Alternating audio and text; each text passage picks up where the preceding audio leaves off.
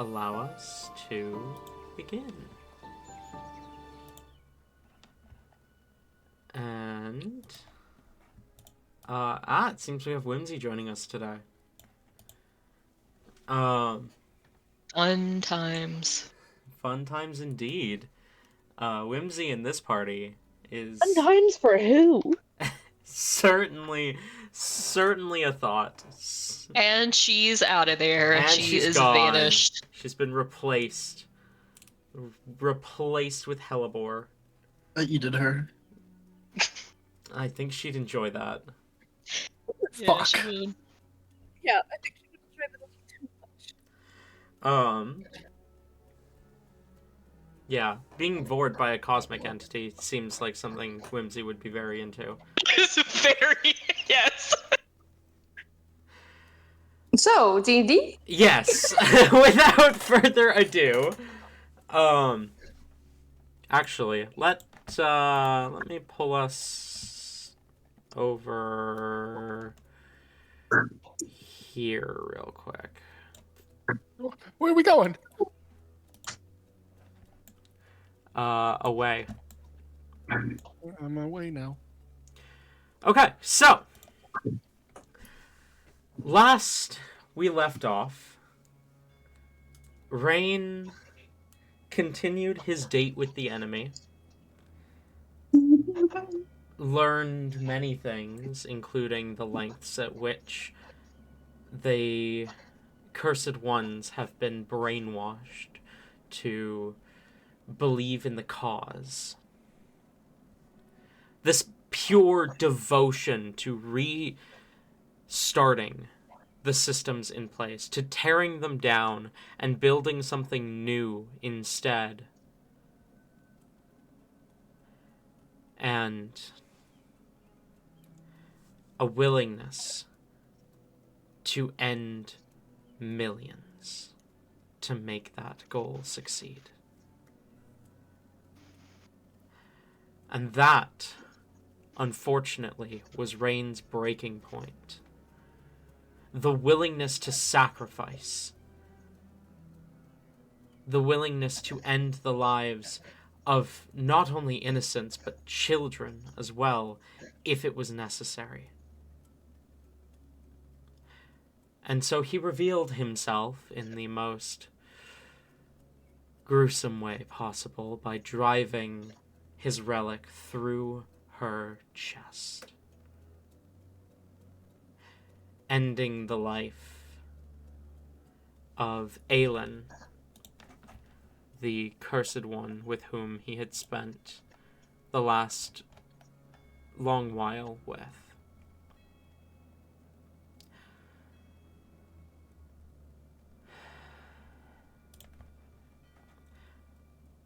Then, as he began to make his way back towards the tent, where he was set to reunite with the party after Vemfer's second place in the combat tournament, he arrived to discover Hellebore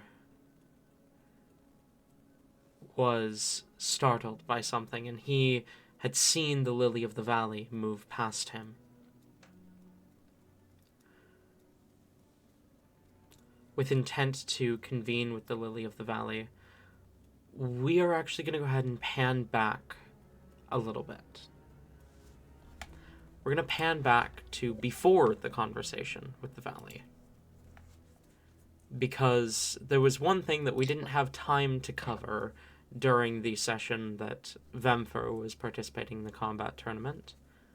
And we didn't have time to cover last week because Helly wasn't here for most of it. Or not at all? I cannot remember. There for most of it. I think it was like the last hour I left. Gotcha, okay. It's been a week, and I am tired. So... hang on. I gotta ask BM, why did you delete Klutz? Where'd she go? She's just on the jam layer.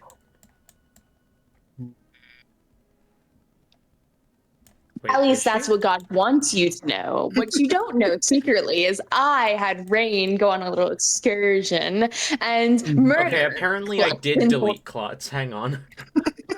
Oh, damn. So funny. 'Cause I remember being like, hey, you put Towson and Fernick on the map. Where's Klutz at?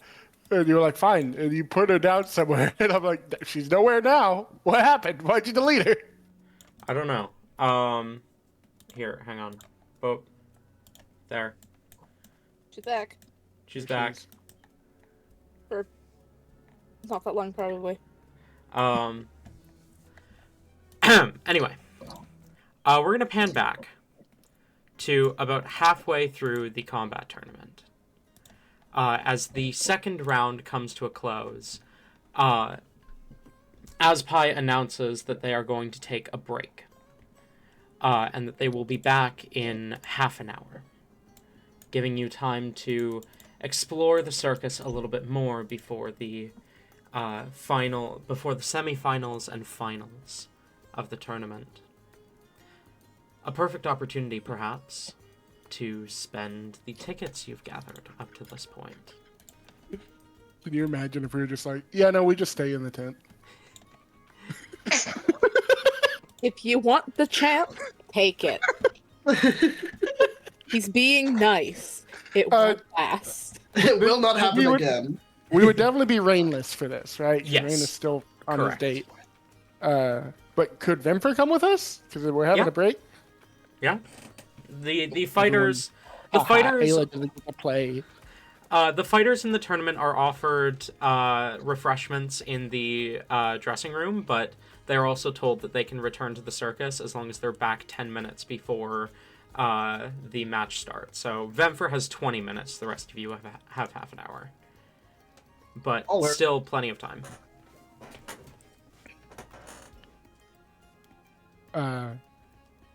Well, I guess I would take this opportunity to run down to wherever Vimper would be coming from. Okay.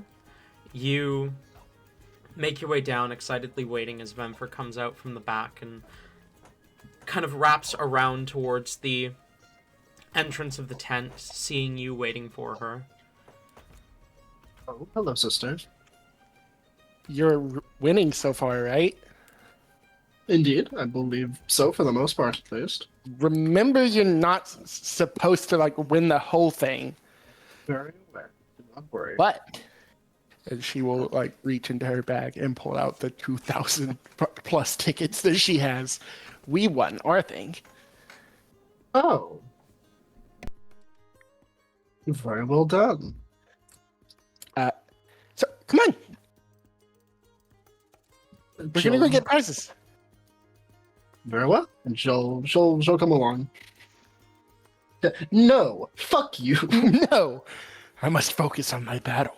I must focus. Her quote unquote focusing is sitting in a corner and laughing to herself.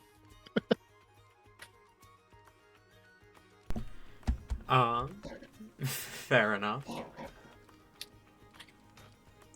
None of us do. Any of us have a bag of holding? It's Rain that has that, right? Div does. Oh, Div. Div. Goes there. What the fuck am I bleeding from? One sec. You good? Apparently not. To be fair, my fingers have a tendency to just start bleeding sometimes. So do mine. But I think it's because mine are dry and they keep cracking. I need to fix that. I just don't know how. Anyways. My hand tends to bleed whenever Alphys is angry. Yeah. It doesn't have anything to do with Alphys scratching you. It's just a correlation. Alphys gets Yeah. angry and your fingers just Yeah. start to bleed. Doesn't matter where you are. You could be in fucking, I don't know, London, and your hand would start bleeding, and you'd be like, oh, Alphys is angry. Mm-hmm.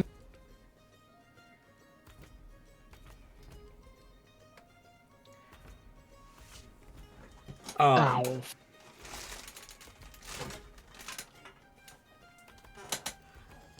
I guess is tape back? Nope, his hand is still bleeding, apparently. Bleeding hand. Bleeding hand, bleeding hand.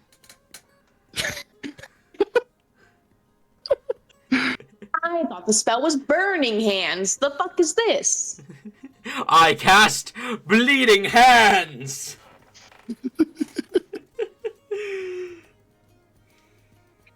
You know, like, you hear that, and my first thought was like, oh, it's just their hand is bleeding, so they're casting Bleeding Hands. But, like, that's not what Burning Hands is. Burning Hands isn't just your hands are on fire.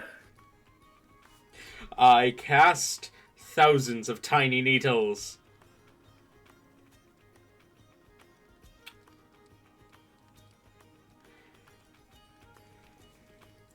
Bina, sorry, entirely unrelated to session, but since we're waiting for Tate to get back, you know how I have a habit of, like, texting my parents pictures of our crib games?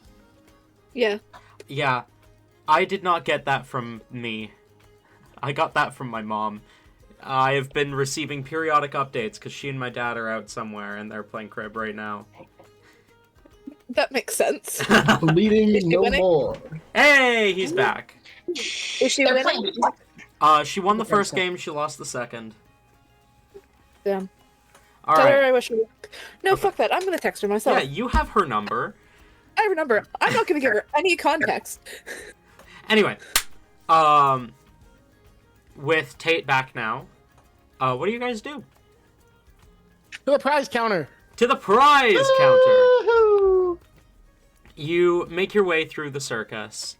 Can I have a... Hellebore doesn't need to roll. Her passive perception is high enough. But could I have a perception check from everyone else? For sure.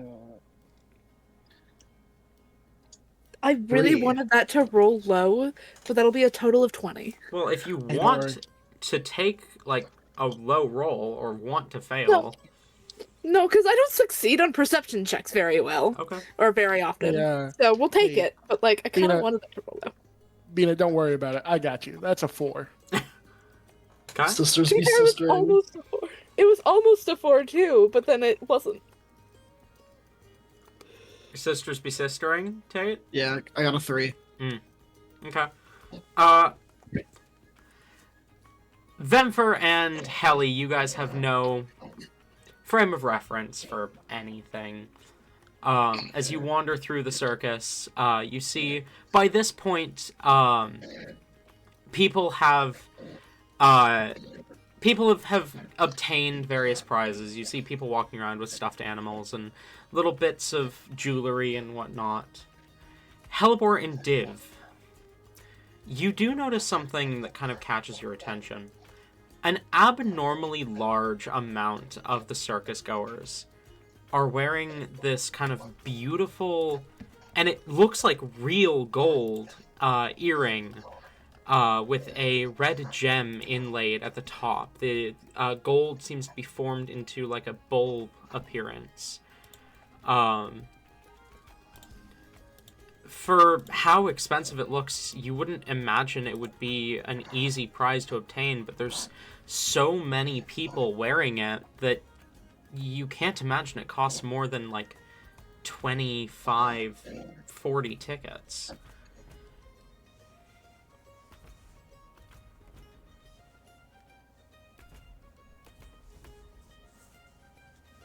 They just kind of quietly mutters, well, "That's weird." Silver has no frame of reference for how much jewelry costs. Fair She's enough. like, oh, okay, they have it. These tickets are priceless. We could get anything with them. As you make your way up to the counter, you see various stuffed animals, which I believe I described to you 3 sessions ago. You see little bits of kind of cheap jewelry, and you do notice those earrings listed at 10 tickets each. You have free reign to pick over the various dragons, displacer beasts, the little intellect devourer, various animals, owl bears, obviously, and like little cow stuffies, dogs, cats, bears, all sorts. I know what an intellect devourer is. Is that like common knowledge? What? It is not incredibly common knowledge, but you can roll either history or arcana if you would like. Could I Be the argue same nature? with it. You know what? I'll allow it. Hell I yeah. don't know history. You see, where was that roll at perception? God damn it. It's really funny because you'd think that it's like, oh, that'd be a good roll versus bad roll, but it is in reverse. That's the wrong character sheet. I have the entirely wrong character open. Is a guidance 27. Okay, 27. You do know what an intellect devour is. I mean, first of all, they're kind of cute. But what you know of them is that they are a mind flayer's servant of sorts. They are an illithid creature. They're a part of the kind of hive mind. You're not 100% sure how they end up being made. One of the theories that you know of is if someone who has been infected with a tadpole is killed before their transformation, but is like part way transformed, the brain will get up and walk away. It's unclear whether that's actually how that happens or not, but it's the only explanation you've heard that makes any sense. Okay. But they're just like little brain guys on legs, and that's kind of cute. I got That's fucking 7. adorable. You got a 7? I got a 7. You've got no fucking clue what that thing is. But you also feel that way for quite a few things on this rack.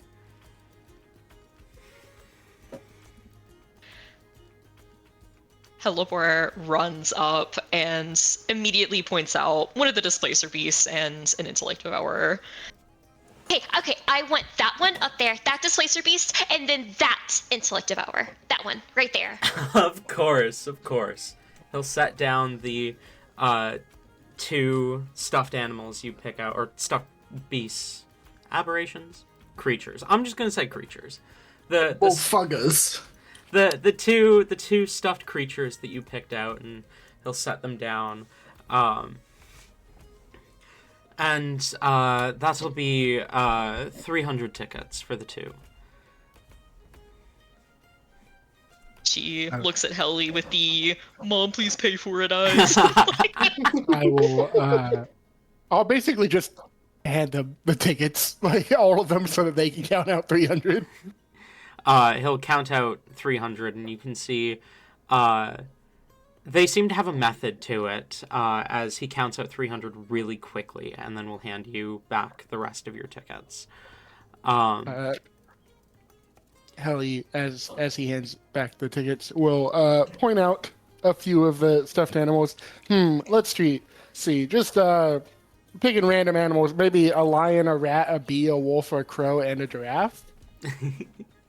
Yeah, sure. Those can be here. Why not? You pick out these totally random stuffed animals, and the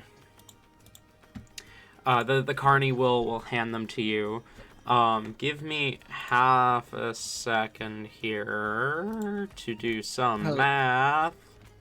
Helly will also probably point out one of the red dragons.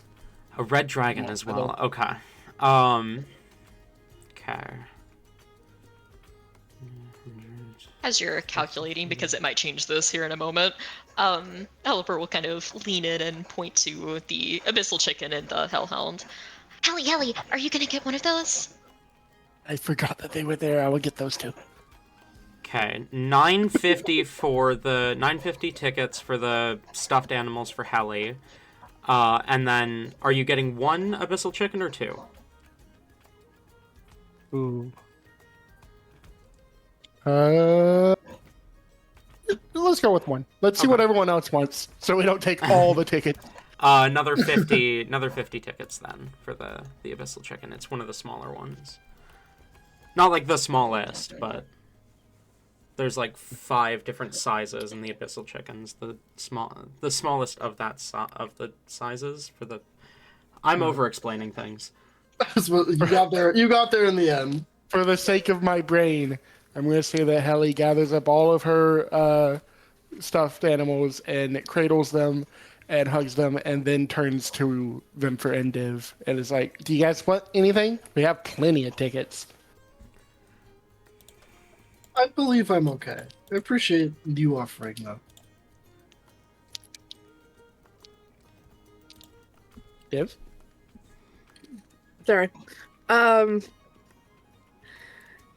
is Are there a other seal. oak creatures? Yeah. Fuck yeah.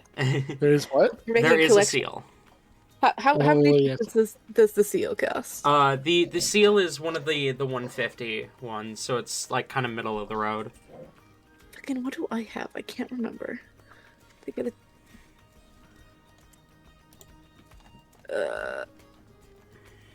where'd it go? Where did it? Huh, that's great. Div will get the seal with their tickets and then hand the other 8 to Helly. Fair enough. But as they're like, they go, can I get one of the seals, please? Absolutely. Here you go. That'll be 150 and then- tickets. Will kind of awkwardly be like, can you help me count? Absolutely. Here. And he'll take the tickets from you, and again, you see they seem to have some sort of method, because, like, you swear he's not even looking at the tickets as he counts them, but then will hand you 8 back, as he says, your remaining total is 8 tickets. Div just hands them to Helly. Fair enough. And as they do that, they go, is there... What's up with the earrings? Oh, they're... I mean... They look nice, they're cheap. A lot of people decided they wanted the earrings. I mean... Yeah, but... They don't seem cheap quality. It's a little weird to see them at the carnival, is it not? He shrugs. I'm just the one who sorts the inventory. I don't know what Master Azpai brings in. Helly is That's going fair, to, he is a pretty weird man. Fucking Pinkie Pie. Pinkie Pie, what? What? Hmm? You sound Nothing. crazy right now, dude. I am crazy, Vamper. Helly is gonna like be appreciating all of her haul, and then like she suddenly a thought crosses her mind that she's not necessarily happy about. More like, oh man, I guess I am obligated, and she'll walk over to Hellebore and just whisper like, Do you know what Rain's favorite animal is? He never gives a straight answer ever. I've asked so many times. Rain giving straight anything? What? Straight Have you right? seen him Is in that Nyx's real? relationship? I kind of. Helly kind of looks over the red dragon she already has. It was like, I mean, he likes Fernic a lot, right? Mm, There wouldn't happen to be a mole here, would there? Ooh, or a goat. Or a There, goat. there definitely is a I don't goat. know. I Oh, she might feel bad getting the goat. am gonna roll. Oh no, please do. I don't think Helly would think of the goat because again, Helly's never met Harper. Never met Harbor, But yeah. I'm going to say there's a 50% chance there's a mole here. Let me roll for it. There is, in fact, a mole here. Let's go. If anything, this is at least a gift for Felix. Yeah? We love Imagine Felix. getting someone a gift and it's just a life-size plushie of himself. That's terrifying. That is some freak shit. Isn't Felix larger than like an abnormal size for the kind of mole he is? Oh, yeah, but so would the stuffed version of him. It'd be really too. funny though if you got like a life-size version of this animal and then gave it to Felix. So it's like, here, have a mini you. because you're bigger than you should be. you're fucking Star-Nose massive. moles are usually like paperweight sized. They're Yeah. so fucking cute. Yeah, they're They're so just- small. They're adorable. They're just so itty and bitty. Helper will immediately point that out. I mean, I don't know if it's his favorite, but like Felix. Yes. I'll point that out to the carny and say, one of those two. All right, he'll pull it off, and we'll set it down. That's another 50 tickets. Okay. By my count, we still have like over 1,000. So You had this- quite the haul. Works we because won the race. Ah. I'd heard tell that an Infernal had won that. Congratulations. What were you saying, Tori? I can't remember if you got one. Did you get the Hellhound too? I didn't say I did, but I will. Okay, 150. Okay. All right. Okay. Helper So will, besides, go on. Sorry. she's I said I summoned him earlier, so he's probably been like hiding down her shirt or something. Mm-hmm. She'll lift her shirt slightly and Belly will poke out. Belly, what do you want? General Hellebore, sir! He turns and looks over the prize counter. And eventually his gaze fixes on a butterfly stuffy from the 50 ticket counter, and he points at it. I would like that one, General Hellebore, sir! The carny kind of chuckles and will grab the butterfly and set it down. That'll be 50 tickets. I'll hand over the 50 tickets.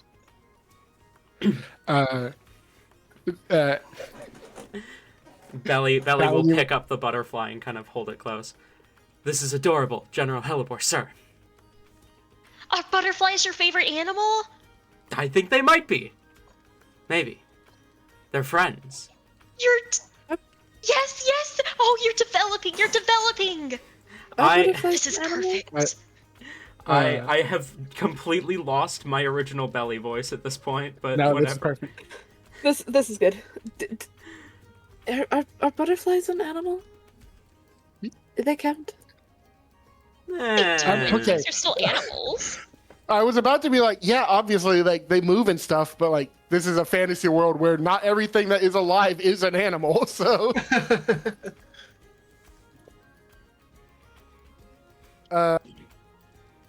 telling you may be about to hate me as Helly sees that, and then turns to both Philly and Olay, who are still here. All right. It We have the says, here. it says, you guys also helped us win the tickets, I guess. So pick out your favorite. That's an order. Of course.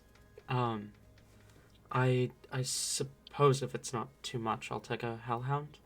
Olay is seemingly nervous to spend more of your tickets than necessary, but does at least seem to be eyeing the Hellhound with a genuine desire. Philly kind of looks between you and the prize counter, and his eye, you recognize immediately, is far more calculative than anything. But after a minute, he says, I shall also get an abyssal chicken, Mistress Alicia. Okay. Imagine Olay doing the like left hand, right hand pointing. That's what I was picturing too! That is exactly what I was picturing! Helly will If it's like, nod. Okay. Helly will nod and look to the carny and says, "You heard him." Alright, the carny will set down the plushes in question. That's another 200 tickets. Okay. I think we're definitely in the sub 1,000 now. I think we're at like. I haven't been actually doing the math like with a paper. I've just been kind of eyeballing it in my head. I think we're at about 700 left. I was something like also going to say about 700. that. Do they have anything here that aren't earrings and plushes? They have, like, bracelets and rings on the lower shelf. They have, wooden, like, child's toys. They have, like, little game pieces, souvenirs, and whatnot. I will pick the most colorful bracelets. Okay. Ones that I don't think I have seen Rain use, but I feel like I've seen Rain use all of the common colors. So The jewelry is all 10 tickets each, so you set down... How many bracelets do you want to grab for him? oh man. I mean, to Every be single comparative to how one. much we've spent on everyone else, would have to be quite a few bracelets. It would, yeah. But I also feel like But- Rain would absolutely be one of those people with like 50 bracelets on each arm. Imagine Uh, like the fucking silly bands or whatever. the fuck they Yes. were. Yes, oh my god. Rain would so have been like a silly band dealer in elementary school. Yes. Like that I'm shit gonna- sold like crack in my school. So funny. I'm gonna get him 25 bands. Okay. So you set down 250 tickets then? Mm-hmm. All right. You are handed 25 bracelets. I would also like to get an extra crow, Okay, another 50. and then I will hand that one to Vimfer. Aw. Oh. She takes it, like gives Helly like a couple of pats on him. Just thank you, Helly. That's very kind of you. Yeah, don't mention it. I have a reputation. I suppose. Very well. And fuck, what do we do with the rest? We still have so many. Get like on a very high ladder and throw him in the crowd. Be like, fight! We hold our own race right here in the next probably about 10 minutes that we have left before Vimfer has to go back. It's probably more like 5 because she's also got to walk back there. She's got to be back by... Mm-hmm. What do we do with these? This is Helly asking the group. Waving the remaining tickets. I mean, that's enough for another 2 displacer beasts, so... Yeah, it is. Or another 2 dragons. Mm-hmm. We're I wish really we could go struggling. ahead and get another red dragon, because that way we can give Rain one and Helly can still also have one. Yeah, true. You want to get the second red dragon then? Sure. Okay. You got about probably like 270 left. And this place piece was 300, wasn't it? I think it was 250. Right. Then I would get a second Displacer Beast and 2 more bracelets for Rain. Okay, fair enough. You spend the rest of your tickets. You probably have like 3 loose tickets left. And get... Yeah, I'll put them on the counter and say, keep the change.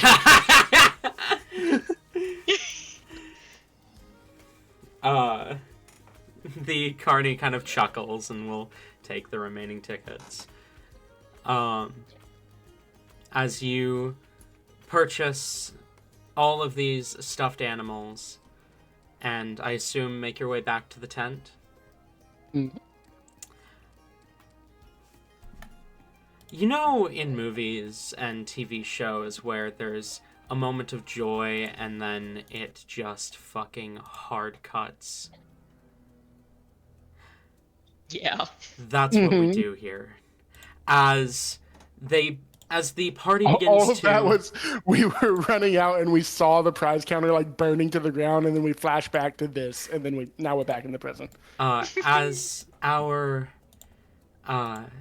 party begins to make their way back, they hear the excited screams, and those excited screams are suddenly screams of terror as they rush out of the tent where they spoke with the Lily of the Valley. At first, you don't see anything. The source of the screams is coming from the north. What do you do? Just gonna turn back to look at the lily and be like, what the fuck? I don't know. This isn't your fault, though. This just is really bad timing. Her is here, correct? Yes, everyone is here. Okay, cool. Everyone is here. She's okay. In that case, the moment she hears them, she's already running. Okay, so Vemfer is just running to the north. Yeah. Vemfer is just going. Okay. Was that Hellebore following? Yeah. I also want to note, just so there's not like the mental image of us like with stuffed animals. She put it all in Rain's bag. They're all in there. I figured those ended up in Rain's bag. From the rest of this encounter, we're just decked out in like tourist gear. With... I love it. Yeah. She is running. She's got axe out. She is focused. Okay. At what point in time did you guys give Rain his shit, though? I don't think. I feel like we haven't. I right? feel like that's gonna have to be something. So, do you mean Div's bag then? Yeah, I guess. Div's back. Hellebore would have deposited all of her stuff in Rain's thing and showed him, at least. Like, Okay. yeah, most likely when As- Rain showed up to the as you party. were- I didn't see when Rain showed up to the party. I was assuming Rain showed up and it was like, guys, like shit happened. Like he was immediately talking about the shit that happened. Yeah, and that's exactly what happened. Yeah. So I didn't figure there'd be time to give him shit. Just for No, a but little bit about there- like her getting the tickets and stuff. There was probably time at least for while you guys were making your way between the main tent and the Lily's tent But to stuff. Tori, consider this. If we do the scene later, then we can actually have a scene of Rain reacting to the fact that we got him all the stuff. I'm not holding the things. No, I'm saying we put them in Div's bag. And then Div runs off and we never see Div again. Yeah, that's the thing. That's the thing I'm thinking about. I know Div's about to leave. Yeah, I was just say I really don't want to like do too much, but don't put it in Div's bag, please. Yeah, yeah. There would Put it have. in There were. Rain's. Here's the thing. We There- held Rain's guys, bag. can I talk? There probably would not have been too much opportunity for talking about the plushes in between everything that happened last session, but there would be time to quickly stuff things in Rain's bag and basically be like, we'll explain later. Okay. Vemfer, Someone wrote down the inventory of plushes we have, right? So we can just pull that up. Nope. Someone have please fun. write it down in voice for the voiceless, and I will deposit it in Rain's bag. Okay. All right, we're following Thank them. you, Daddy. Vemfer, Hellebore, Rain, are you following?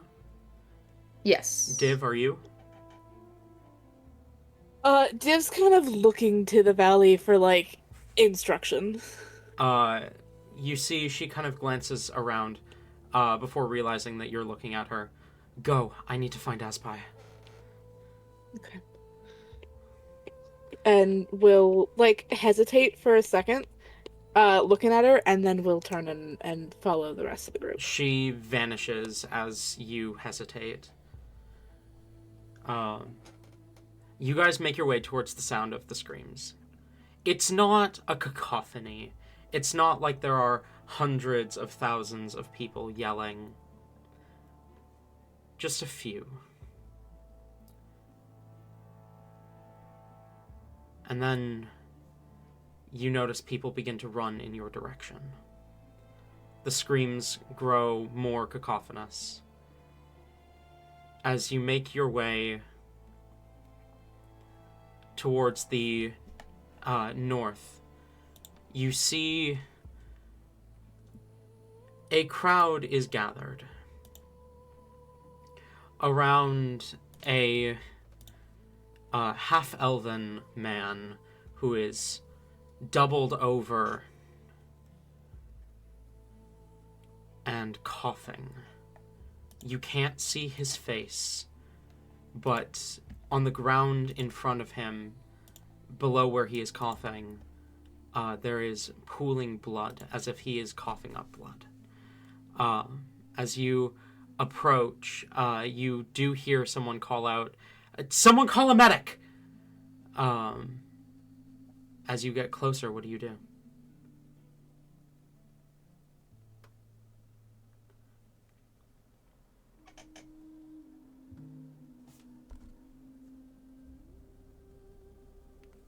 I'm Someone here switching can heal, character right? sheets again. Sorry. I'm doing something in 2 different folders. Would we have taken a short rest For after sure. the? Okay, sweet. I'm gonna use some hit die. Would I have been able to benefit from that? I will allow it for the sake of you being rested.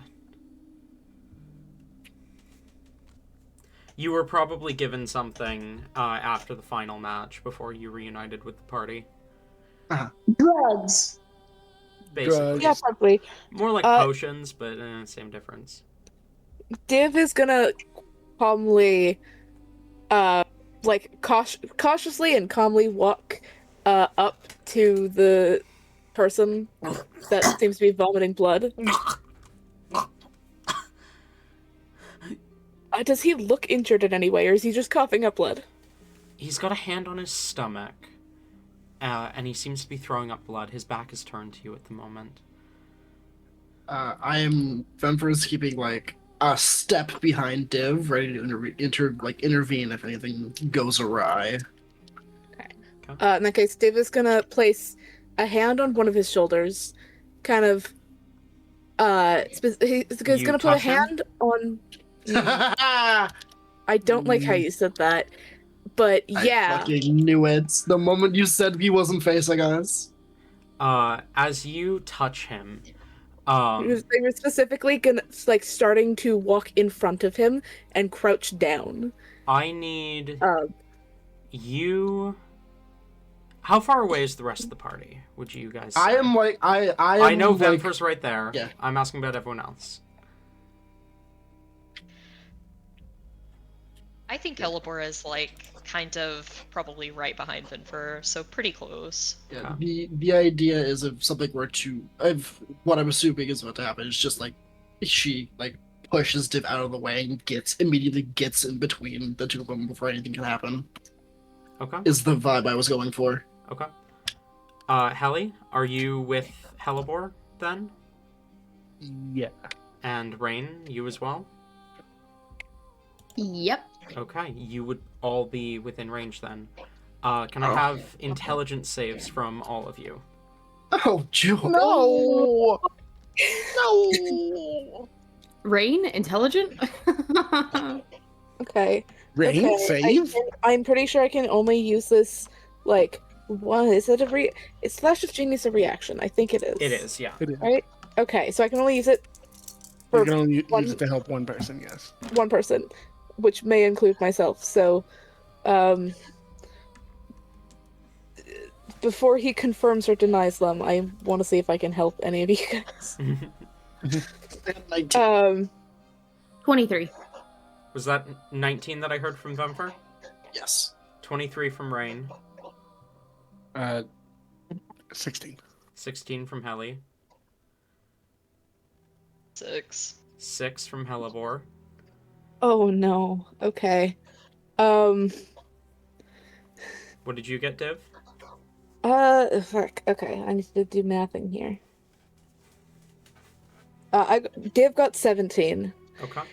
And I am still gonna, on the off chance that it is a low DC, I'm gonna Flash of Genius Helibor, so add 4 to that, making it 10. Okay. I don't know if that'll help, but I can try. With the Flash of Genius, each of you succeed. Oh, thank fuck. Div, thank you. Thank fuck. I was sitting there I sat there and I'm like, if I use it, then I use it. wild. Oh well. And if it helps or not, but if I don't use it and it could have, just gonna use it. Yeah, I know. I'm gonna be real. I wouldn't have done that. So good job. All of you You take would have hesitated if it was anyone else, but because it was Helibor. all of you take 2 points of psychic damage. As Div, you set your hand on the half-elf's shoulder, and he immediately whips around, and you see from his mouth, his jaw is split in half, and there are two tentacles kind of spilling out from the split jaw, and this burst of psychic energy just kind of tickles your brain as it flies through each of you. However, the full damage was 5, which is enough to take out any commoner who might have failed. I was about to ask how many people are still close by, because that was gonna affect what Vemfer immediately does. There are still a decent number of people, maybe 20 people, kind of circled around, watching. But as 2 people drop dead from the blast of psychic energy, people scream and turn to run. Is this split face thing familiar to Div in any way? Yes. Div, Do they know how? as you see this, you see flashes of memory. You see a deep cavern below the surface. A tiefling man doubled over in pain. As you watch his jaw split in half, these tentacles pour out. And then the memory is gone. You don't remember anything beyond that. As this man turns... What did the tiefling look like? Pale-skinned, like white-skinned tiefling, curled horns, short black hair, a necklace bearing the emblem of the Church of Oxum. Fair enough. Not one that you could name nowadays. Fair enough. As Div kind of stares at this thing. as the half-elf whips around, you hear a voice kind of echo in your mind. We are not your enemy. But we will not hesitate. Bring us the valley, and your lives will be spared. As the half-elf stands, his jaw continues to split as you see sweat slicking down. His hair kind of begins to fall out in clumps, his skin turning to this kind of sickly white, and then from there slowly becoming purple as you watch this transformation. Is there anything you're doing? I was gonna say the moment that wave went out, Vemper's throwing hands immediately. Okay. there wouldn't have been Yeah. an in between. It was blast, move, div, strike. There would have been nothing. Roll to hit. And am I hearing the same from Hellebore as well? Natural 20. Damn. Was Hellebore also taking an attack? Yes. Okay. Go ahead and roll to hit We'll as get well. the chance. Vemper roll damage, Hellebore roll to hit. I am gonna need a strength save. Probably not going to succeed. That's a 2. Does not succeed. Good. So that's gonna, because that's about to affect my damage massively. Okay. What do I need? So.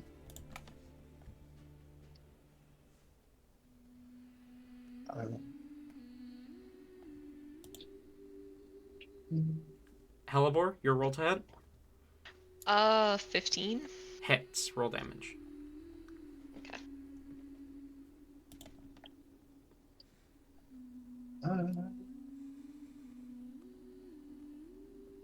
These are.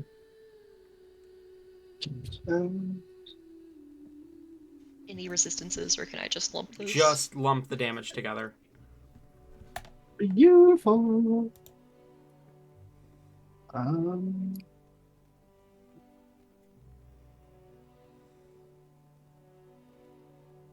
Just making sure I don't have anything else. Okay.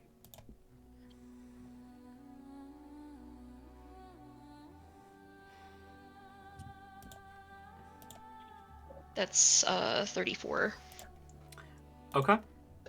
Vemper? I'm finally getting the dice to roll moment. I need that one. I need this one. And then I need another one. I can do. Okay, I should go.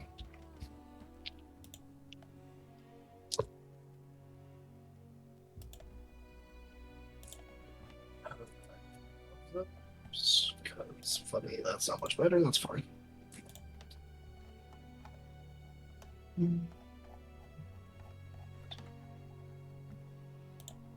71 damage. The two of you both strike.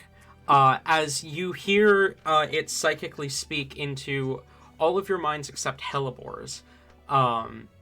As it says, "We are not your..." And the two of you just fucking split this half-elf in two.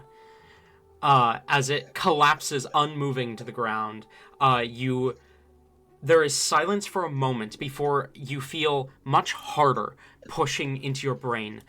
"We are not your enemy. But we will not hesitate.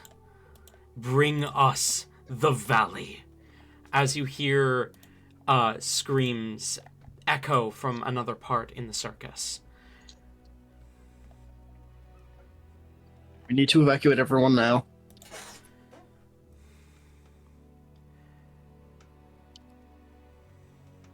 You turn to look throughout the circus to see if you can spot anything. Go ahead and roll perception checks, all of you.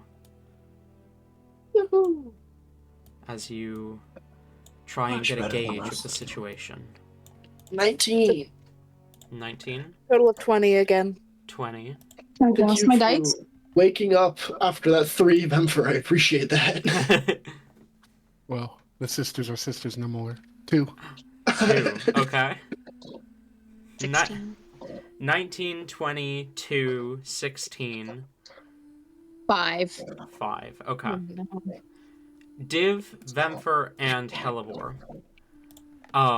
As you begin to kind of get a gauge of the situation, you spot, each of you spot kind of rising over the crowd off in the distance in one direction, a large spherical creature, a wide open maw of hundreds of teeth, and a large singular eye in the center of its being, these kind of tentacles reaching out from it with eyes at the ends of each, as it begins to fire off these kind of rays from each of its eyes. Div and Vemfer, you guys also notice these kind of strange creatures begin to rise a bit further off in the distance, barely over the heads of the crowds. They look like floating brains with about 8 tentacles coming out from the bottom, but they have like a massive bird's beak. Aww, Aw, they're so cute. they're so cute. I'm just gonna send in voiceless the creatures in question, just so that you have a more thorough visual. Mhm. Different looks at those and Realms goes, my beloved. they go, "What the fuck are those?" As these things begin to rise over, you hear these screams begin to echo further and further throughout the circus. Rain, you hear the voice press into your mind specifically. Are you here? You're muted. Yes, I am here. Okay. You hear the voice press into your mind specifically, as it says, "I told you we are not your enemy. They will not attack you if you do not stand in my way. I just need my sister."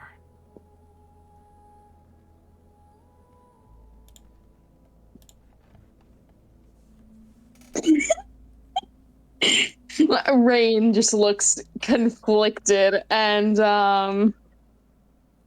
let me roll a stupid check.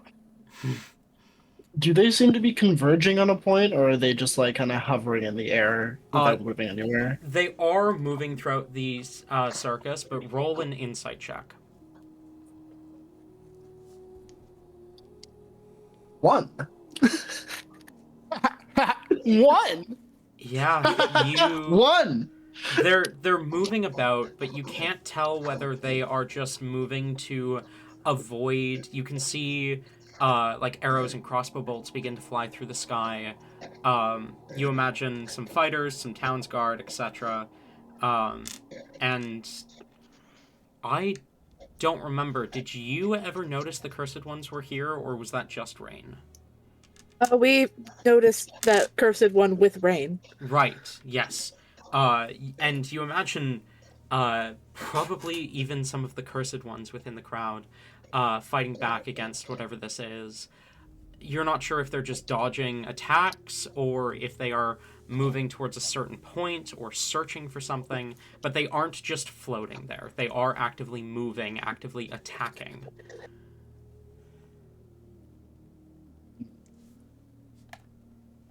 Well, Helibor thinks that all of this shit is her fault. She is not dilly-dallying around. She is going to wild shape into a fiery displacer beast and is going to start absolutely booking it toward the floating eye as she kind of yells behind her. Guys, follow me. We have to protect everyone. Question for you, God. Yeah? Rain... Would Rain be able to tell if this is a sending spell? This is... You would be able to tell if this was a sending spell. This is not. You do not feel that familiar twinge of magic. This is just telepathy. Whatever is sending this message to you is close enough to use telepathy. Wow, I wonder what it is. Rain is going to attempt to mentally respond back. Not too confident that it will work that way. But, sometimes telepathy's weird, Okay. And Rain is going to say, let the innocents go, and we can talk. You hear the voice in your mind again. They are the ones who have willed themselves into this. No one is dying here. They are being reborn, given a purpose. That should be something that is their choice to make. Let them go. Mortals choose wrong every time. And that is their choice. Not anymore. And you wonder why your sister stopped liking you. You said that in such a song tone. Damn. I know. It's because I'm in You all hear this next part echo in your mind, save for Helibor, who is still currently blocked out. As you hear, and it seems to be more of kind of a general chant, like a war cry almost, echoing from every source of telepathy. It overlaps in your mind tenfold, but you still make out the words clear as day as you hear, an empire rises in sunfall's wake. The mind creates a grand design, a promise made to raise the stakes. As the lost grows cold in a pool of brine, so rises the one who flays the mind, and burns the world to cross the line. As the sun shall fall and curses bind, so comes the key to world's demise, and twins' love brings empire enshrined. In ashes' wake shall newborn arise, burned away by dragon's flame, as all is lost and lover dies, born again in naught but name, to shatter worlds to be thy aim. Helen, please. Is that familiar? These words ring familiar to you, Div, though you do not know why or from where. God damn it! I gotta. I wanted to do a thing and I can't. When we heard the scream and we took off in that direction, before we took off, we were with the Lily, right? You so- were, yes. And so I assume she didn't come with us. No. So presumably she's still back there. That's what you know. As far as you guys know, yes. But she did say to Div that she needed to look for Aspai and then vanished. So as far as everyone that ran ahead of Div, which was everyone knows, but Div. she's there. As you guys make your way towards the spherical creature, can I have you guys please roll initiative? Yes. At that time again. I should have prepared battle maps. I'm realizing now I could have done like a bunch of small battle maps instead of one massive one, which is why I didn't do a battle map, because I didn't want to do a massive full circus battle map. Is this a hint to me? Are you hinting at something? No, not directly. I'm more just verbalizing my own regrets. Go back. My fan came in. I'll be Welcome able to back. resist. Let's go. Can you roll initiative? I already did. Okay. Awesome. I've been. I said we're so back like 2 minutes ago. Okay. No one ever listens to me. Okay. The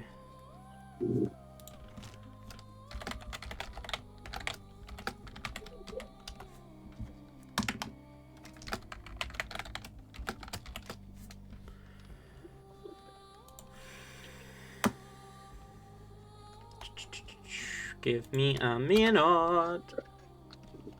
Oh, I forgot your initiative bonus was so high. Okay. Guys, this isn't looking too well. Guess what I got? I need to guess in a second.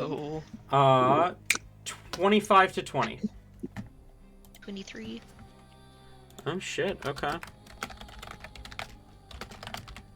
20 to 15. 14. Nope, you said nope, not bad. I'll write it down anyway. 19. What's 19. your bonus, Helly? Nope. 19 for Philly. What's Philly's bonus? 3. Okay.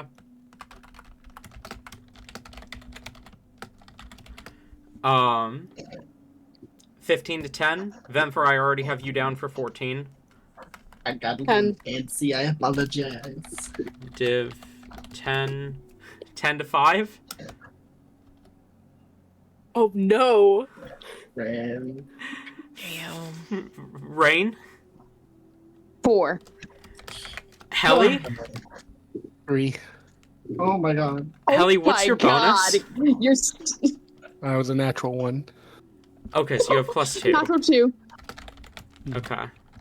So you're not last. But you're pretty damn close. Okay. As you rush up towards the kind of eyeball creature, Hellebore, you're first up in initiative. What do you do? Just Oh, 1 yeah. second.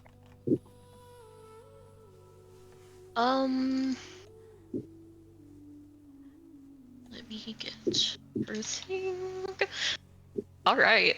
Hellebore is not playing the fuck around. She and like a dash of black flame is running directly toward this creature and will try to leap up in the air a little bit and then swing at one of its ice hulks. Okay, go ahead, roll to hit.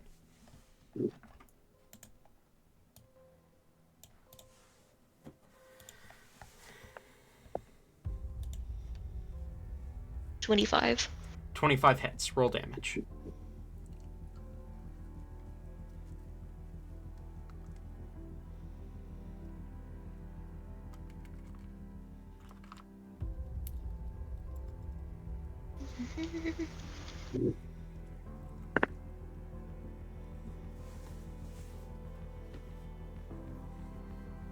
That's 12 slashing, 8 necrotic, Okay.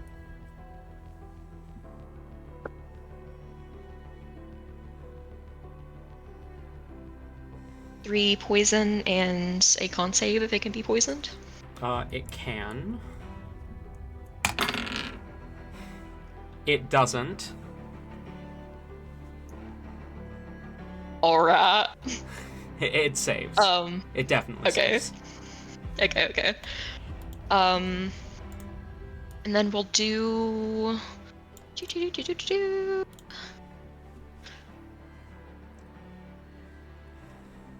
We'll do cold damage on the Elemental Shroud. Okay.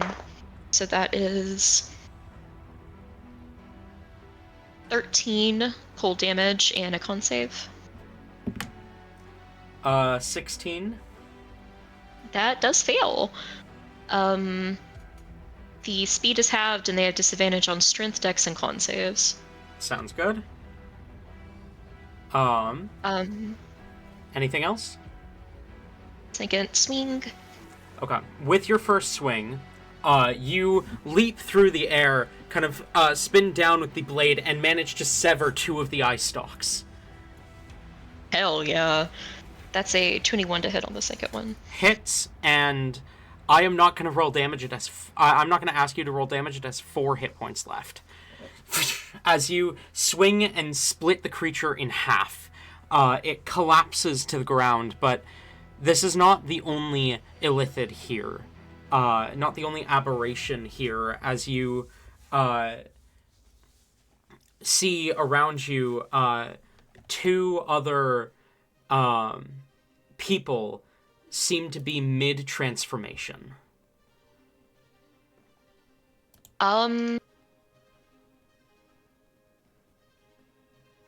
Yeah, it's too late for them. She's going to run over and swing at one of them.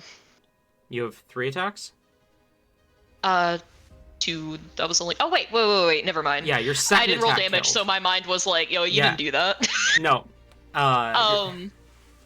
She's gonna be in the process of running over and doing that. Okay, sounds good. That brings us to not here, Philly. I haven't given my command, so it's up to you. That's fair. I think... what is Philly going to do? I think Philly is going to... You have his sheet up, yeah? Yeah. Yeah, can you roll a sting attack on one of the actively transforming illithids? Sure. Specifically the one that Hellebore is not running towards, in case that matters. 18 hits. Can you roll damage? Max damage. Wait. Oh, okay. Yeah. It actually does more damage than I thought it did. I need to roll more dice. Alright, not max damage, but 9 piercing damage and 5 poison damage. As the stinger kind of pierces through the throat of this person mid-transformation, and they collapse, unmoving to the ground. That brings us to the illithids in the area. As you see...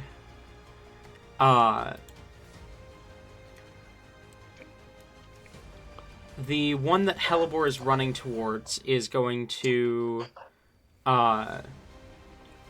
blast out a burst of psychic energy at each of you. So I need intelligence saves from you all, please.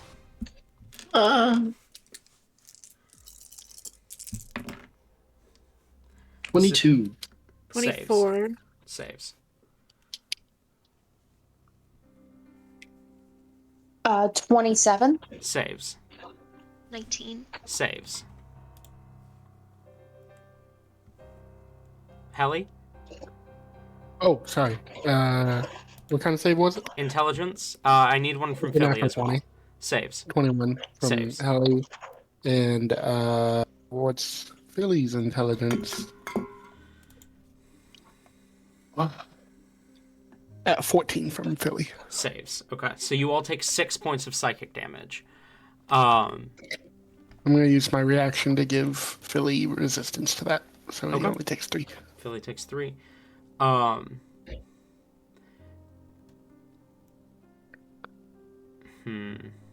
kind of damage is it, sorry? Psychic. Oh, I take half of that because I'm resistant to psychic damage. You forgot. Oh, fuck yeah. Which means I probably should only have taken one from the One first from one. the first one. Yeah, go ahead and heal 1 hit point. Ooh. Eeny, meeny, miny, mo. Hellebore, Vemfer, who wants it? What are we wanting, though? That's the question. Mama, don't raise no bitch. Give that shit to me. Okay. Vemfer, roll a wisdom save. Yippee! 11. Fails. As you see the invisibility spell end on a fully fledged mind flayer, Whoa, as it reaches out psychically towards you, Vemfer, and casts Dominate Monster. Oh, fuck. I was gonna say Indomitable, but I kind of don't want to now. That's kind of sick, actually. Please do. Right next to you. Okay. I was gonna say I'm gonna use Indomitable, but you kept describing what happens. Like I don't want to interrupt. I don't want to break the scene. I mean, either way, everything I described would still have happened. I know. What's that reroll? A lot fucking better. 19. 19 saves. You feel for a moment the Mind Flayer's influence begin to take over you, as it tells you to turn your blade on your sister, and you immediately, no, why the fuck would I do that? And you push it out of your mind. The Mind Flayer... I look down at it to like lick the outside of her. She like licks the outside of her lips. Like hi there. The Mind Flayer kind of takes a nervous step back. That brings us to Vemfer. You're up. So he takes a step back. I'm grabbing him, but I can't. Not like actually, but like flavor wise, he steps back, pulls him back in by the collar, then swings. He is about 30 feet back. This is like a ranged thing Oh, that he was doing. I didn't get. Sorry, that I should have described better. All good. But yeah, I mean, he is still within range for you to fucking leap at him. Oh yeah, no, that's exactly the plan. What am I doing? Right. Yeah, we're gonna swing at this bitch 3 times. Okay, roll to hit. First one's a 22. Hits. Lovely. Oh, I shouldn't have rolled one of those. That one can go. And those 2 get rerolled. Lovely.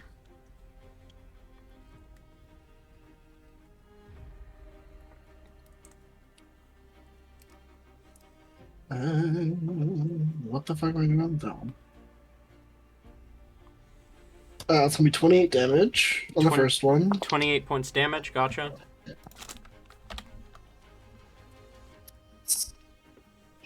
The second one is a 32 to hit. Hits, roll damage.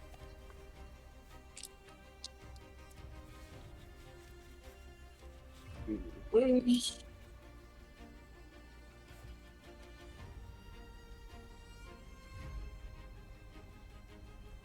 17 damage. Okay. And last one is a 28. Hits, roll damage.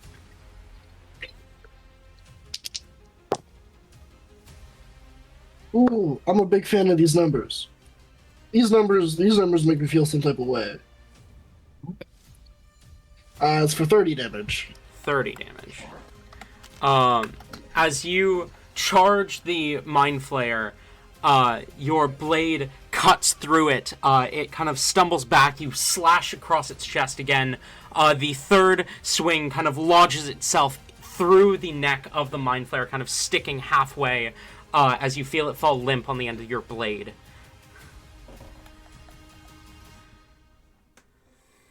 Okay. Anything else?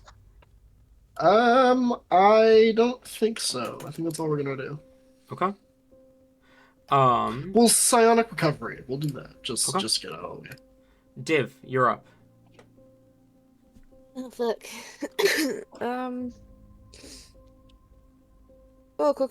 Cool.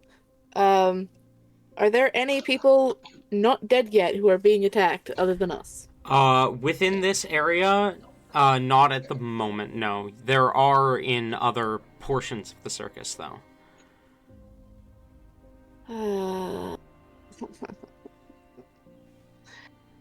Fuck.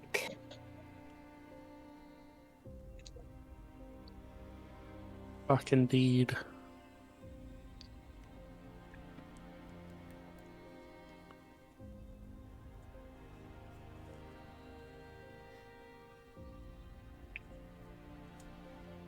There are two creatures. Are there two creatures here? One creature? One How many now. people? What thing? Yeah, Philly killed one, so there's just the one left that Hellebore is running at. You can begin to make your way towards another part of the circus if you'd like.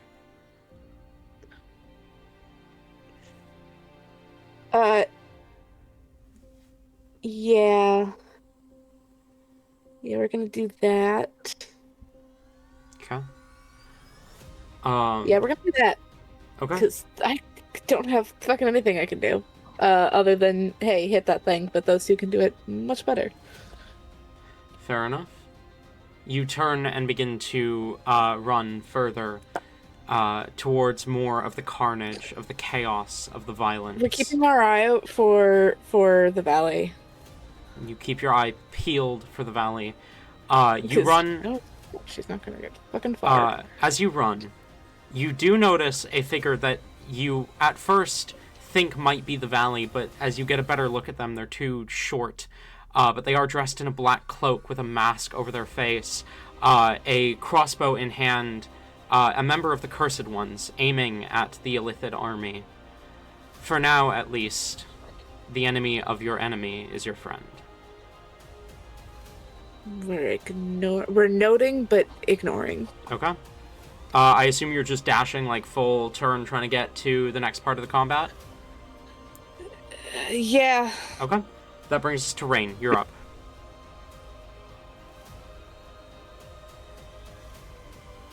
All right, one moment. I'm technically not back. I'm walking back to the room. 1 second. Okay. Sorry, guys. I'm also cooking dinner right now. No worries. All right. Rain is going to... Let's see here. How many lithids are near... Do we have battle map? We don't have any form of map. No battle map, because I only realized as I was starting to describe things that I could have broken up into several smaller maps instead of one big map, and I didn't want to do one big map. Okay, let's see here then. How many illithids are nearby? What's the current layout looking like? So, within the area that you're in right now, there is one illithid that Hellebore is about to split into. It is like actively transforming person, so probably not very strong right now. Div has turned and is beginning to run towards another section of the circus to join in the combat elsewhere. Did anyone look to see what is causing the illithids to turn? At the moment, you can't see anything. Okay, can Rain spend his turn trying to see if he can find any similarities between everyone that's turned, everyone that's been corrupted? Roll Arcana or Investigation. We're gonna go ahead and do Arcana. Okay.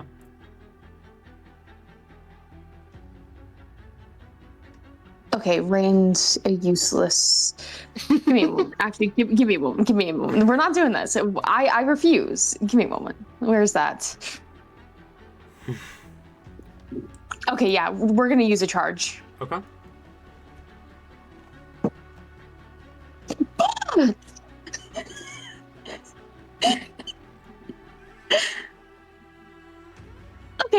was gonna be a 10. Now it's gonna be a 9. Okay, I'm gonna give you a choice here.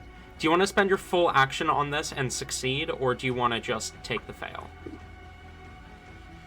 No. Rain's gonna take his full action and succeed. Because I, as a player, already, I want to give you a bit of a Sherlock moment here. So, as you begin to look around, you hear the psychic commands echoing through the area. You can't make full sense of them, but find her, find her, find her keeps pushing itself into your mind. This search has been going on for a long time. Hundreds of thousands of years, maybe. You know they were around since the era of heroes, since Todd was a king, since the war against the gods. You know that's when this all started, so they've been hunting for a long time, but now suddenly they are mass transforming people out in the open. This hive mind has not been this aggressive. The missing amulet is clearly a factor. The barrier coming down on the large tent might have something to do with this as well.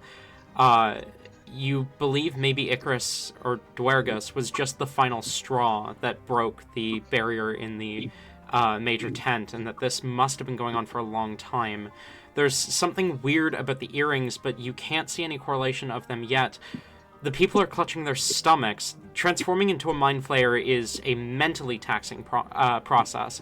The parasites are in people's minds, except for that one village in the Empire south of here, where Rindal and Aconite were investigating a plague where people were being infected through their stomachs by mind flayer parasites and had gone catatonic.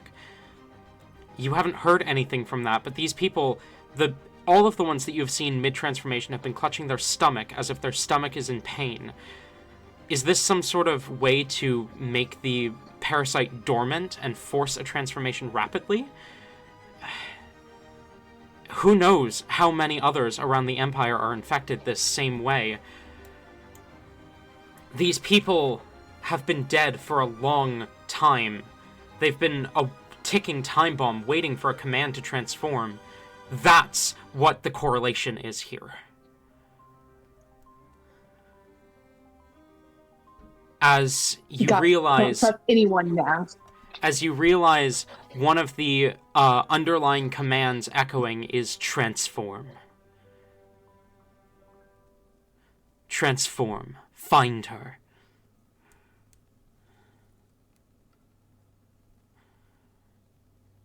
Ooh.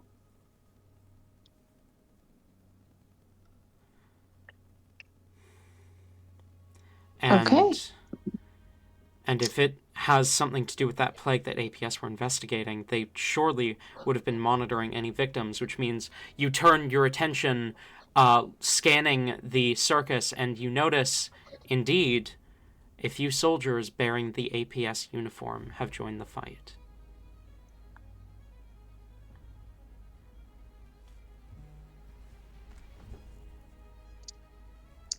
All right, then. With that information now, Rain is going to go ahead and move to the next part of... Div said that they were also moving, right? Yes. Rain will move kind of with Div for their movement. Okay. And that will be Rain's turn. You got this, Hellebore. Don't fuck up on this one guy, otherwise Rain will feel forever regretful that he didn't help out. Helly, you're up.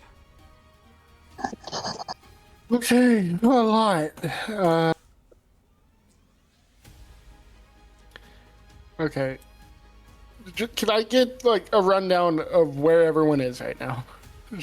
So Helly, Vemfer, and Hellebore are with have not left the current kind of combat zone. Div and Icarus? Sorry, Icarus. I read your Discord nickname, Icarus Hater, not... Div and Rain are running slightly southeast towards the next segment of combat, where you can see a few other Illithids are currently engaged with City Guard. Okay. Philly seems to be doing what he's doing already, so she's just gonna tell Philly to keep going. And I think I'm gonna... The one that Halibor and Nympher is on, that one's like... They're big. They're damage dealers. They can definitely handle that. It is actively transforming, which you have seen already makes it incredibly weak. So you are certain that they can handle it. Yeah. I guess I'll send Olay to the closest person. The closest person that none of us are already dealing with. Okay. And, the closest transforming one, that is. Okay. And he'll attack. Okay. So the closest active transformation is in a different segment, different like combat zone. So it would take his like full action to dash to get to that combat zone. He does have a ranged attack. That's true. He has fire ray. It's 120 feet. You're really gonna fucking do this to me, aren't you? Okay. I'm sorry. No, you're good. Don't worry about it. You're specifically going for one of the people actively transforming? Yes. Okay, go ahead and roll to hit. 17. 17 hits, roll damage. That is 14 fire damage. As he blasts the actively transforming citizen, and they collapse to the ground, unmoving.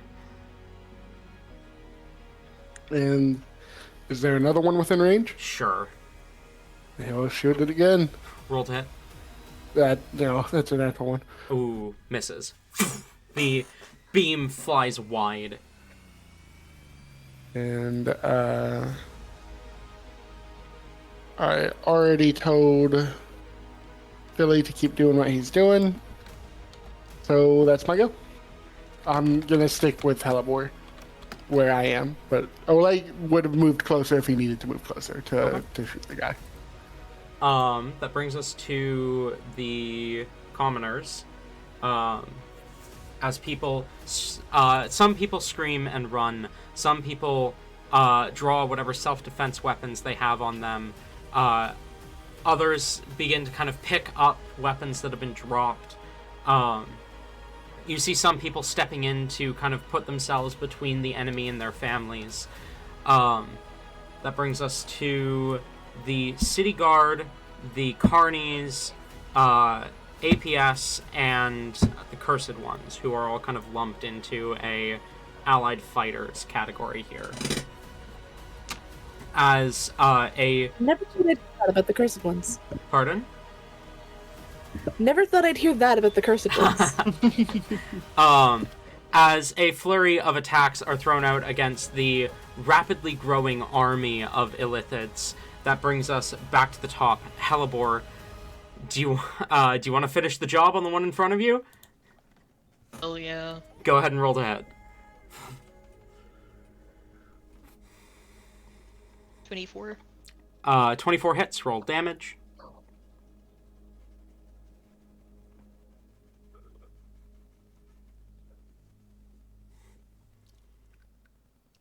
Slashing. 13 points slashing. You split it in half as the person collapses to the ground, split in twain, as you have prevented this transformation. So, She is before you going continue... to... Okay. Sorry. I want to introduce what... Now that we're at the top of the second round and Halibor is not actively engaged with an enemy anymore, All of the actively transforming circus goers have 4 turns before they transform. During those 4 turns, they are CR 1/2. They can do a little bit of damage.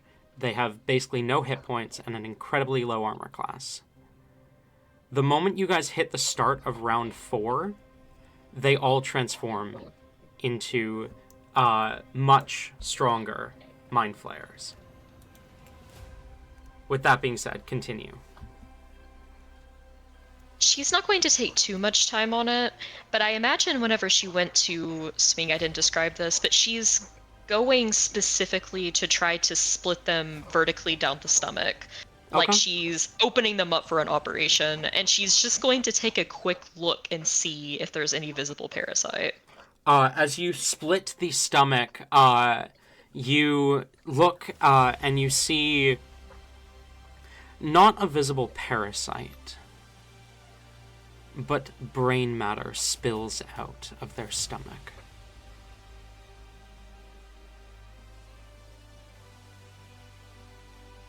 Right, that's normal. Totally. Does not everyone else have that? Brain stomach, brain stomach. The Brumic. Brain stomach. Somebody ate a This brain. is just too delicious for Hellebore. I think she loses it for a moment and like tries to eat a little bit of it and then realizes she's literally fire right now. And can't. I think it's funny, just real quick, even before like it was established like for sure that like, you know, she was illithid, I already had like her favorite part of the body was brains. Why do you think I made anyways. her illithid? She is going to turn around and go toward the next closest person she can find. Okay. You follow after Div and Rain as they move towards the next combat zone. Not here, not here. Philly, I assume, is gonna follow after Hellebore? Yes. Okay.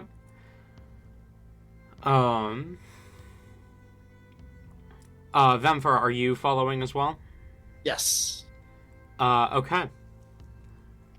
Div, you arrive to the next combat zone as you see there are a couple members of the city guard with spears brandished, kind of standing between a few of the circus goers and the illithids of this area. You see kind of towards the back a large kind of red fleshy creature, 4 tentacles coming out the bottom, an eye in the center, and a bunch of eye stalks kind of reaching out from it, as you see psychic energy kind of pulsing out from this creature. You see between this creature and the city guards, you see 2 of the kind of bird-beaked brain creatures, as well as a few intellect devourers, and a pair of actively transforming commoners. What do you do? What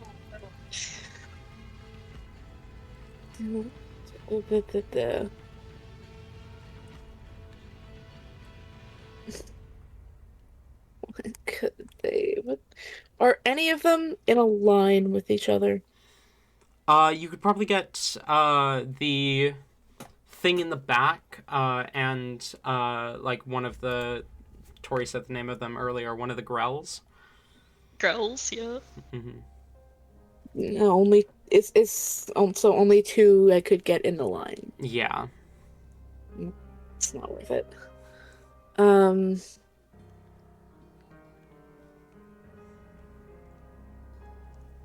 Are there any within 10 feet of each other that aren't within, or that I can avoid hitting an ally? Yeah. You could get a Grell and an Intellect Devourer. Okay, we're casting Shatter. We're getting close enough and then get a casting Shatter. Okay, that's a con save, right? I'm double checking. I believe so, but I would love it if this thing could fucking load. Yes. Um, We're casting it at 3rd level. Okay. I assume a 7 fails? That is true. What about a 17? I think that's good. I'm double check. It's yeah. I thought that was bigger than it was. It's not. Yep, that saves. Okay. Roll damage. As you throw out the shatter, it kind of cracks out. The Grell fails. The Intellect Devourer succeeds.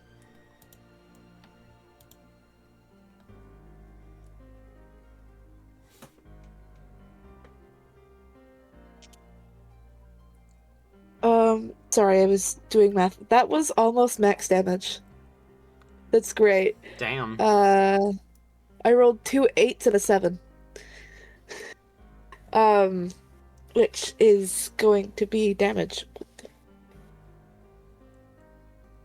Oh no, wait, that's not. There's an extra die in there.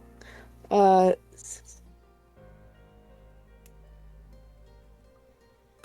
the fuck is math? 3.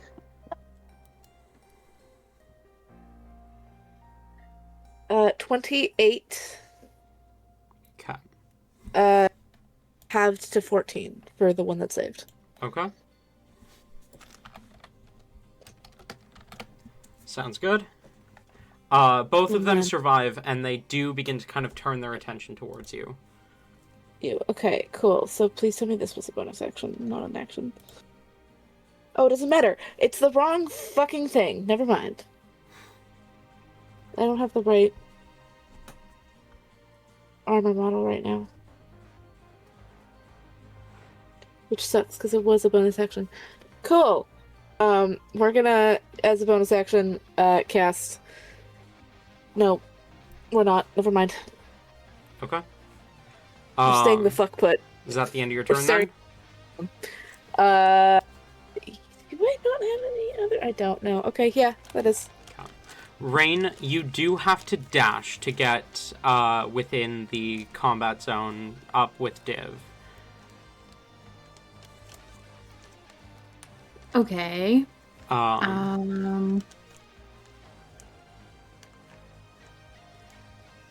But just to give you a description of the scene as well, since you weren't here, what Div is currently facing, and what you are on your way to face, is a large, kind of fleshy creature with 4 tentacles kind of coming out the bottom, a large eye in the center, and then a bunch of tentacles with a bunch of eye stalks coming out the top that seems to be pulsing psychic energy. There is 2 of those bird beak brain things and 2 intellect devourers, as well as 2 townsguard protecting a couple of commoners, a couple of circus goers, and 2 actively transforming mind flayers. Okay, Rain wants to get up next to the Townsguard if possible, but he's going to bonus action, Blade Song, and then action dash. Okay. You easily slide up next to the city guard, blade drawn, Blade Song active. The city guard kind of glances at you, and one of them gives you an appreciative nod, as the other is still focused on the enemy.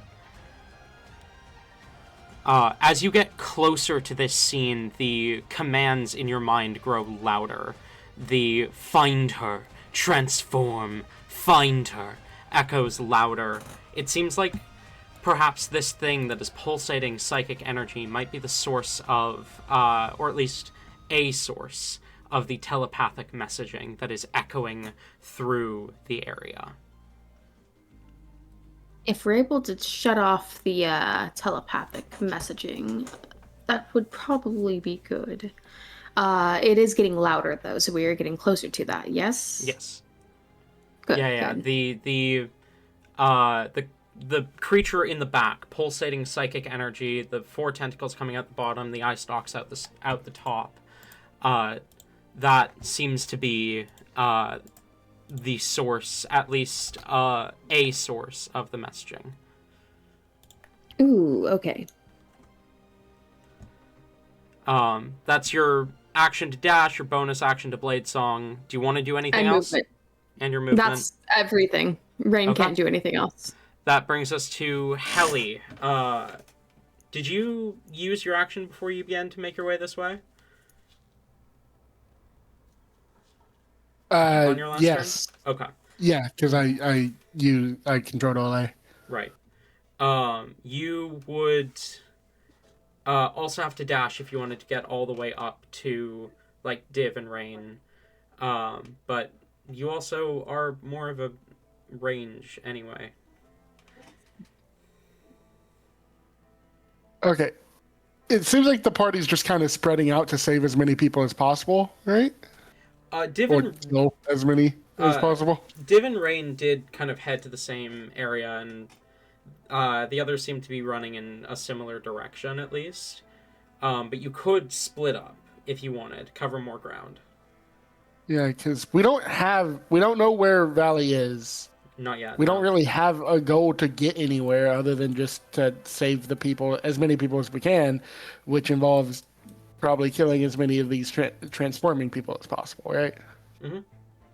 So I think Helly's just going to fly up. I'm going to fly up so I can get a better look at everything and see if there's any area that needs more attention than anything else. Okay. You fly up. Go ahead and roll a perception check as you look around. Can I have advantage because I'm in the air? You know what? Sure. I'll allow it. All right. Because that's a bit better. 12. 12? Better than 4. Okay. What you look upon is chaos. People are dying all over. You see mind flayers, like fully fledged mind flayers throughout. You see large kind of spherical eyeball creatures with toothy maws and eye stalks reaching out from them, spaced about. You see kind of evenly spaced those kind of fleshy mind witness, the thing I sent in Voice of the Voiceless. They seem to be evenly spaced as if to project messaging across the whole circus. You see quite a few of those grells, a lot of intellect devourers, a lot of people actively transforming. You even notice an incredibly high concentration of hostile rats throughout the course, throughout the circus. Your eye catches on one portion of the circus towards the center. You see just a bit south of the tent, down the main road, you notice Azpai fighting back-to-back with the tiefling man who surrendered to Vemfer in the tournament.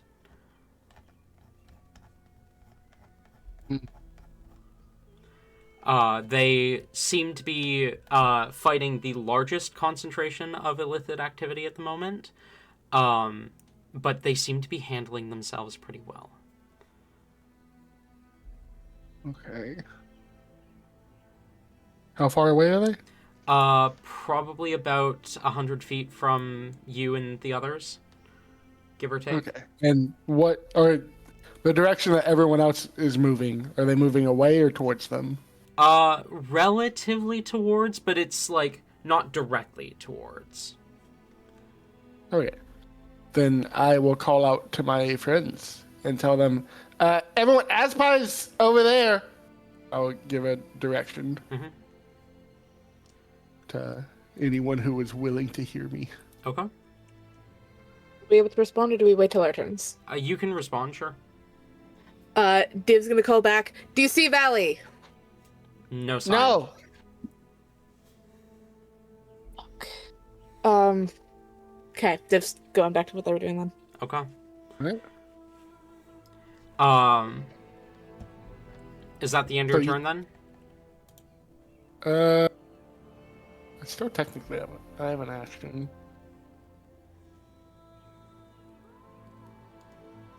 I could do something.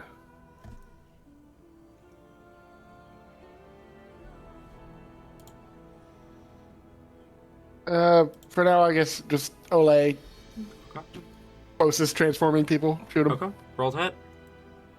That would probably be the two actively transforming near Div and Rain.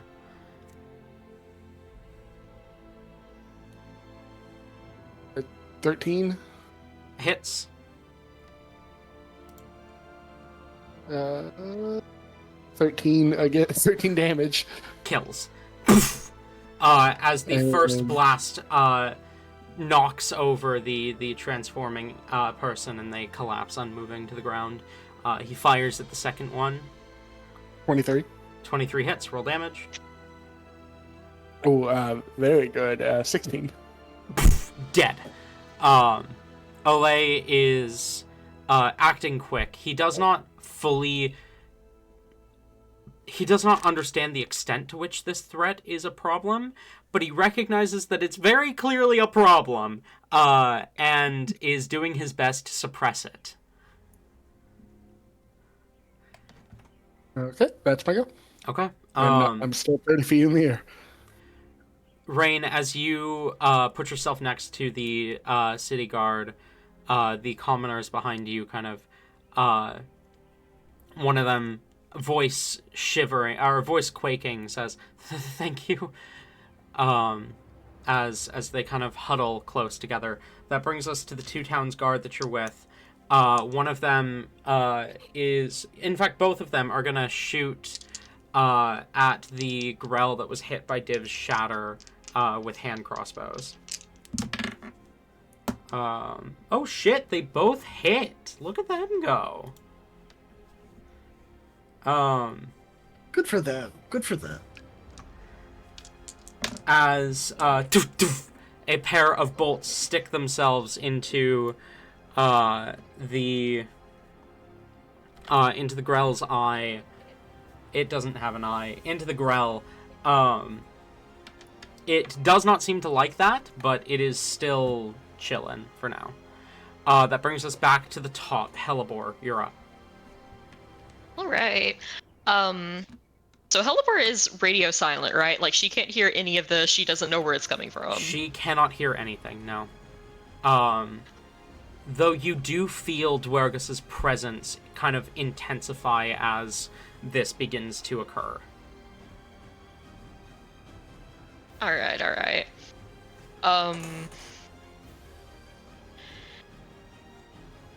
She...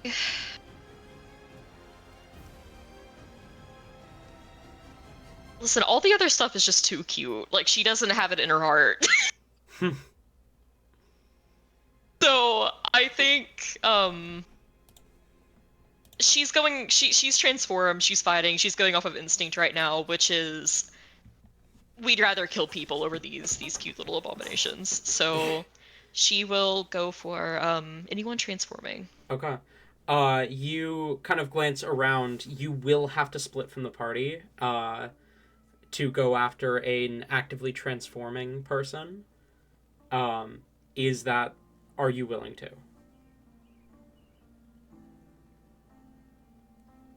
She won't go, like, so far where she still can't see them and keep an eye on them, Okay. but she's willing to split up just a little bit. Yeah, you can definitely keep within line of sight. As you begin to move towards a different combat zone, it is going to take your action dash to get into that next combat zone.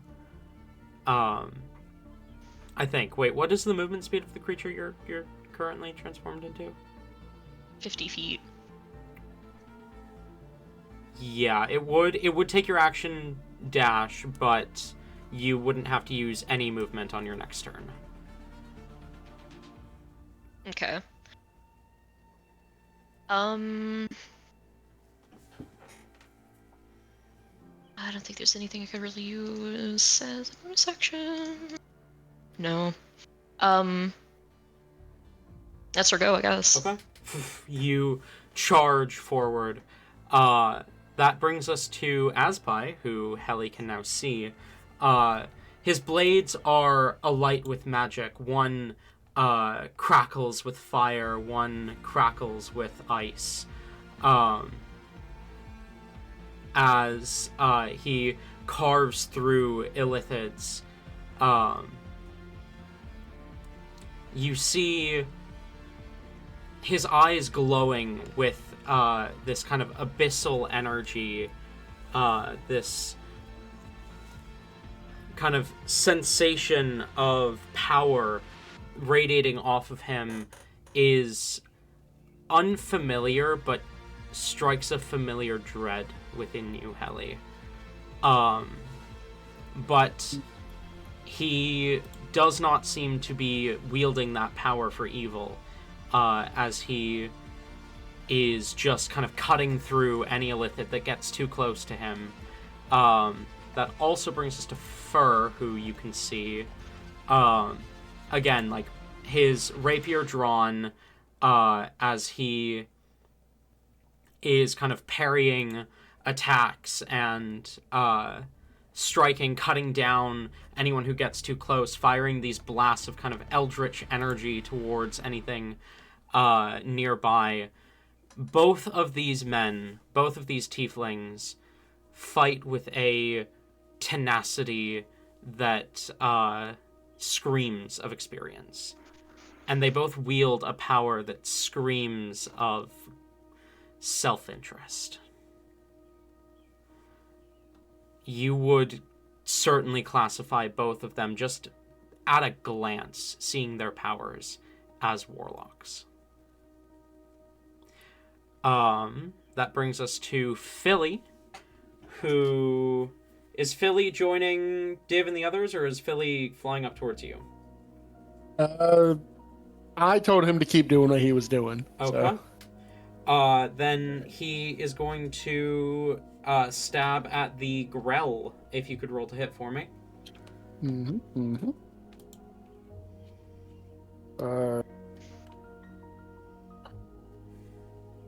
That's 13, I believe.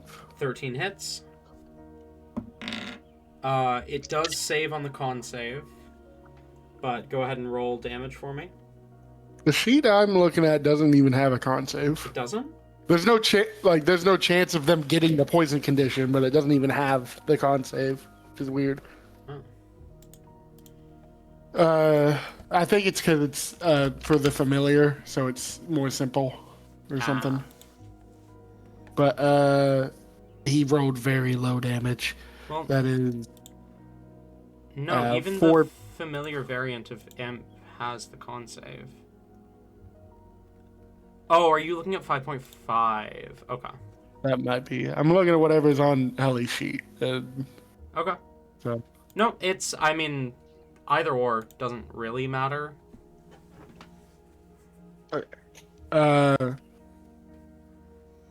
Well, with what I have, that is 4 piercing and 5 poison.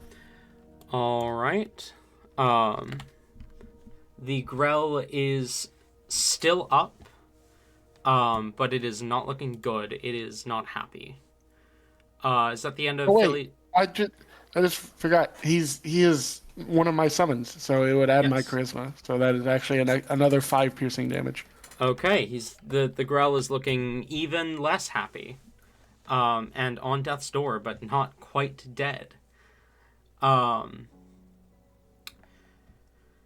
Yep, that's his turn. Okay, the one that Philly just stabbed is currently only within melee of Philly, so it is going to attempt to attack Philly. 17. 17 does hit Philly. Okay, I need a con save from Philly as it lashes out at him with one of its tentacles. Philly gets a natural 20. Okay, Philly succeeds. Yeah, Philly. Philly takes 8 points of piercing damage and is grappled. Oof. And then it is going to make a beak attack at him. which is going to be a 16 to hit. 16 does hit. That is going to be, nearly max. 9 points of piercing damage. Oof. I'm gonna use my reaction again to give him resistance to that. So it's 5 4. or 4. 4 points of piercing damage instead. Alrighty. The intellect devourer that was caught in the shatter is going to rush up towards Div and kind of mentally connect with Div, and I need an intelligence save. Fun.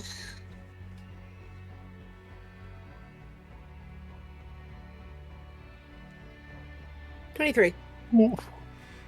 Oh, I thought you said 1. No, I said 23. Double She for said that. fun. Fun. I Okay. said fun. Oh, yeah.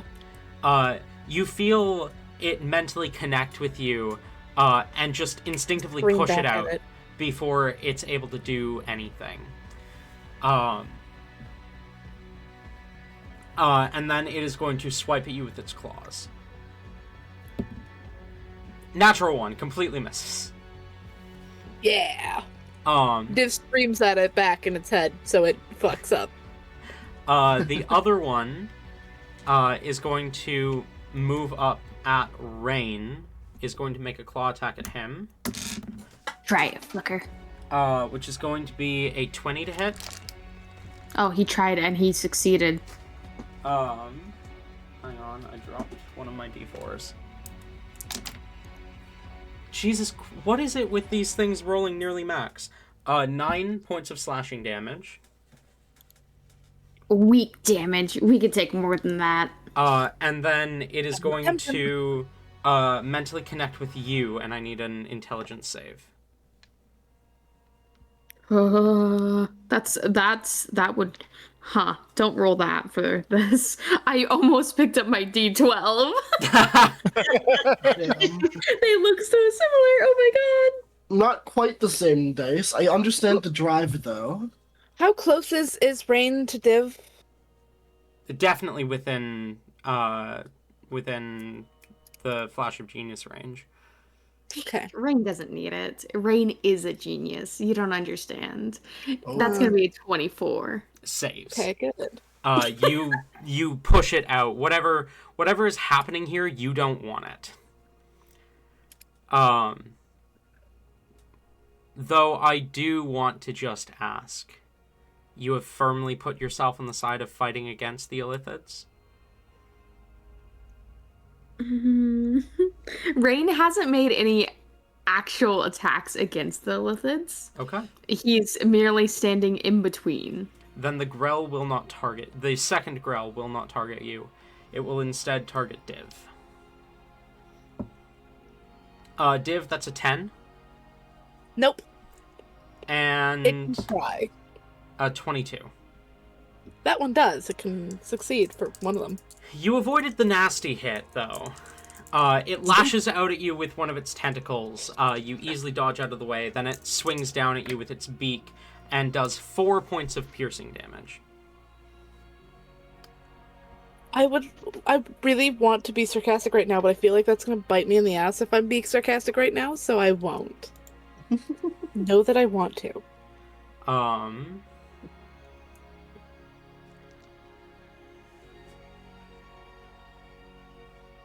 Three times? Okay. What? As the... last thing is going to, blast a ray at you, Div. Could I have a wisdom save? No.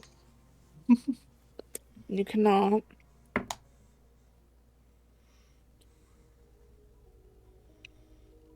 Ew. Hold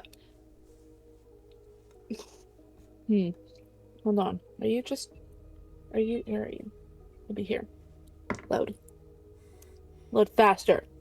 Thank you.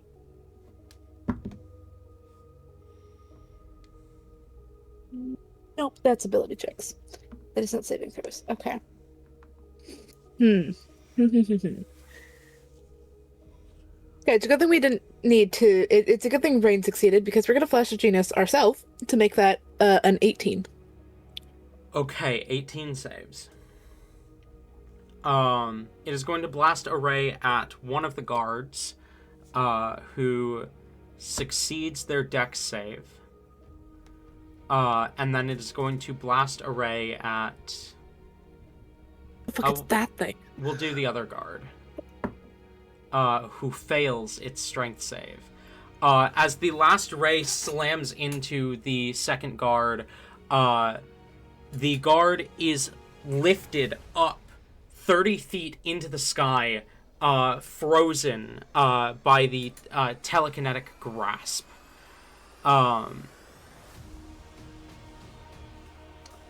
That brings us to Vemfer. Yo. You catch up to Div and Rain, weapon brandished. There are the 2 Intellect Devourers, the 2 Grells, and the Mind Witness in the back. I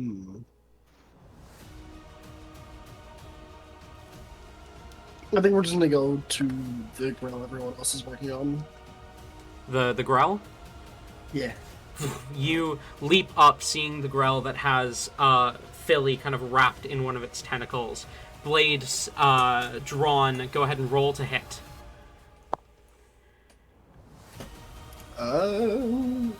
16. 16 hits. Roll damage. Oh shit. These 3.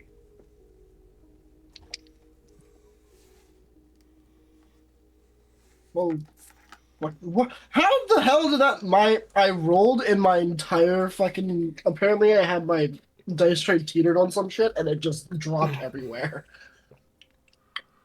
How the fuck did that happen? Okay, there we go. Don't do that shit again.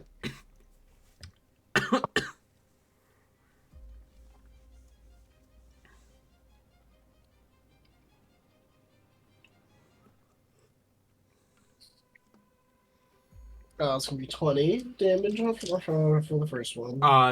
20 damage. You drive your axe into the Grell, and brain matter splatters everywhere. It is dead, in case that wasn't clear. I figured. There's a second Grell, there's the 2 Intellect Devourers, and there's the Mind Witness. How far back is the Mind Witness? About 20 feet back. Okay. How much would it take him to get to the Grell then?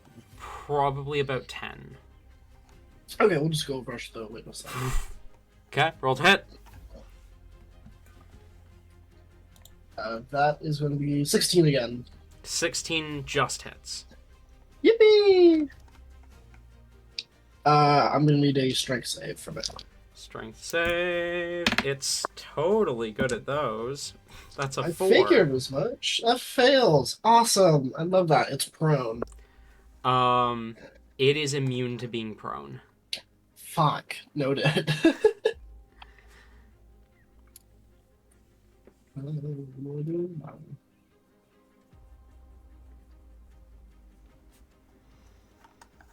Okay. Noted.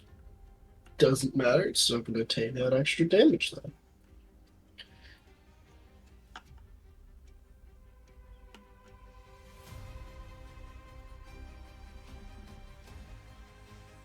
It's going to be 31 damage.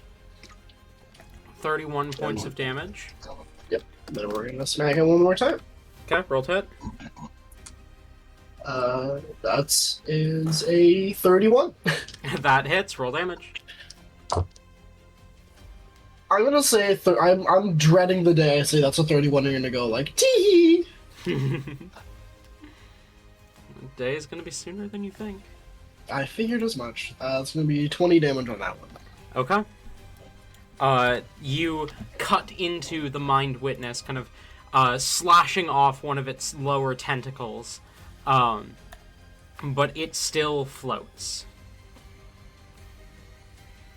Ew. That will be all. Okay.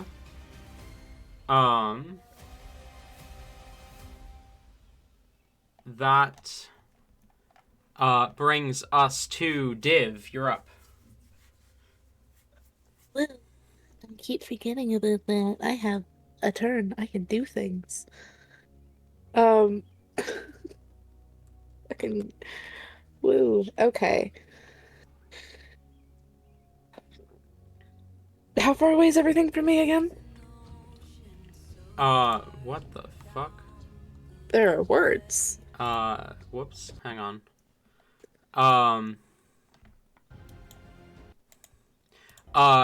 Everything would be within about 30 feet of you at the furthest. Okay. There's the intellect devourer that you hit is within 5 feet of you. The one that you shattered. The mind witness is about 30 feet back. And then there is the grell that attacked you as well that is within 5 feet of you. Motherfucker. Okay.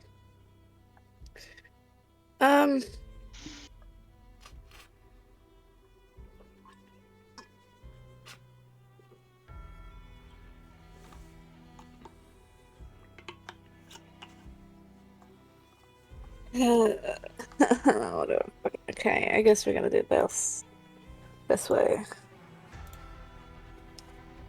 Yeah, I think so. Nope, wrong one. Wrong open. Motherfucker. You see, I keep forgetting that I have a turn, so I'm like, haha, I can prepare something, and then I don't.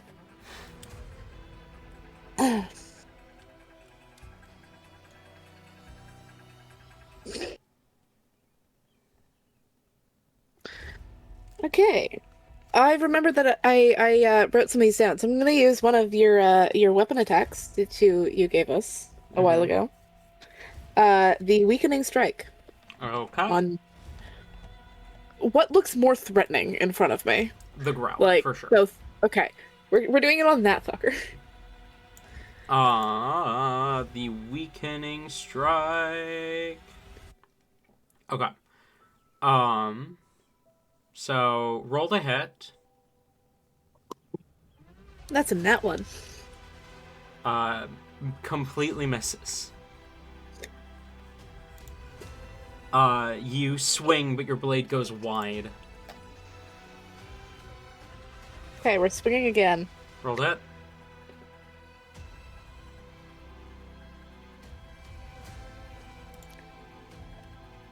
Better, but still not the best, I think. 15. 15. That does hit. Yay. Roll damage. Okay.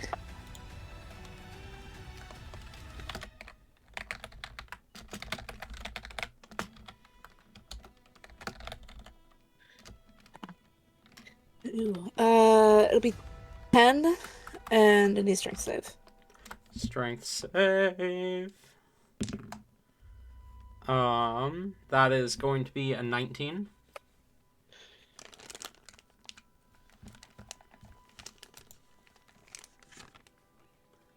Yeah, that saves. Fuck. I had to remember what the DC was. Fucking fuck. Okay.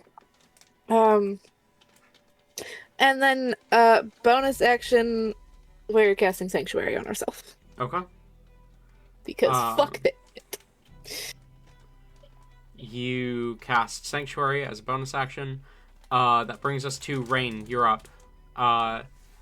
An Intellect Devourer has clawed at you, but the Grell and the Mind Witness both pointedly ignored you for now.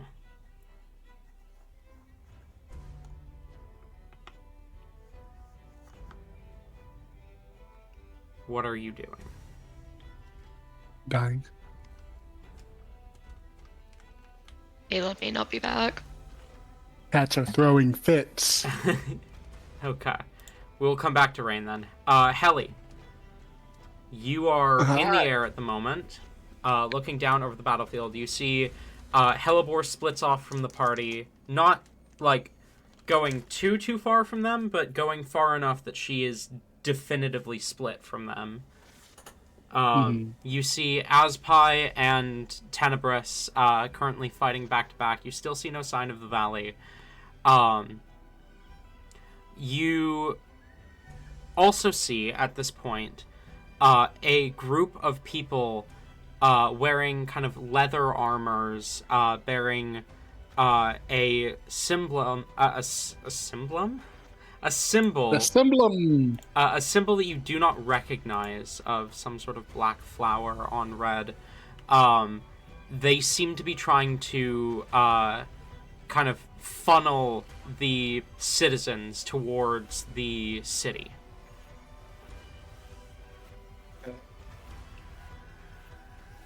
A living citizens, the ones that are not transforming. Yeah. How many more are transforming? You can't count. There are so many.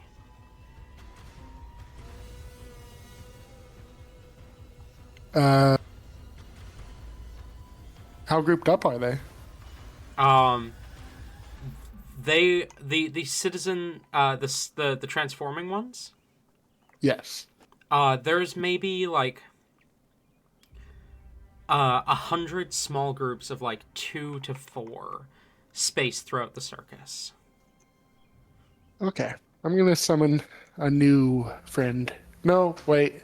This is CR7. I can only do CR6 right now.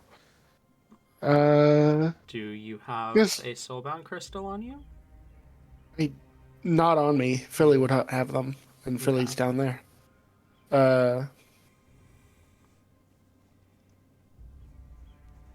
But I am going to summon. I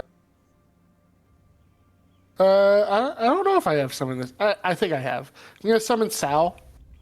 Salios. He is a Maragon. Maragon. Sal. They have, to quote the thing, Maragons have no individuality and hence have no need for faces. So they just do what you say. Did you give me any notes on him? I don't think I did, because he, like, by Maragons, he does not have a personality. Okay. He literally just does what people say. Fair enough. But the reason I'm summoning him is because he has 3 attacks. He can attack 3 times. And I will have him go around and attack as many as he can reach. Sorry, 1 second.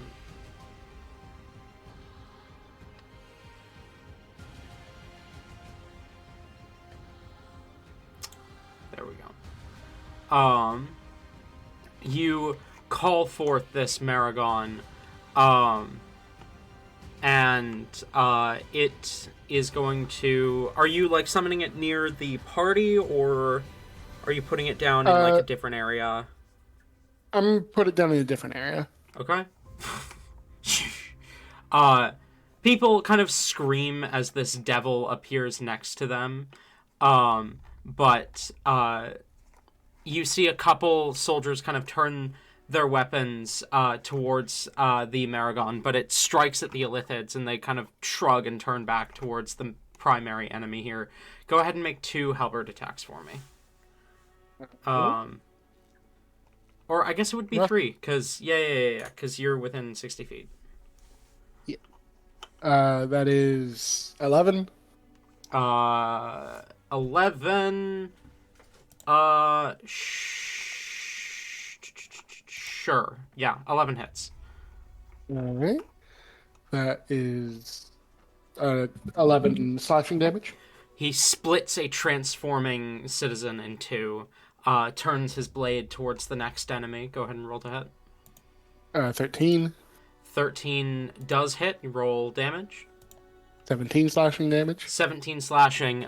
He cuts off the one of the legs of an intellect devourer. It's still alive, but barely. Roll your 3rd hit.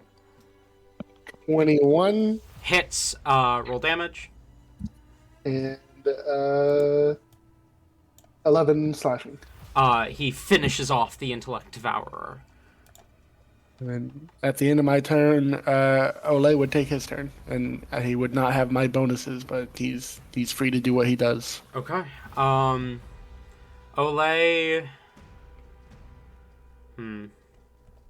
I think Ole sees the Maragon that you summoned and is going to go move to help that, assuming that Div, Vemfer, and Rain have themselves handled. So go ahead and make 2 fire ray attacks for me. All right. That is. Oh, one is a natural one, Misses. and the other is a total of all right, 10. 10 misses as well. 2 blasts of energy fly past the Grell that is near the Maragon you summoned. And Helly is gonna stay in the air, but she is going to fly closer to whichever group Hellebore is in. Okay. You kind of fly closer to Hellebore. That brings us to the commoners, who are still terrified. Some are running, some are hiding. At the moment, they are not getting in your way, though. That brings us to the soldiers. One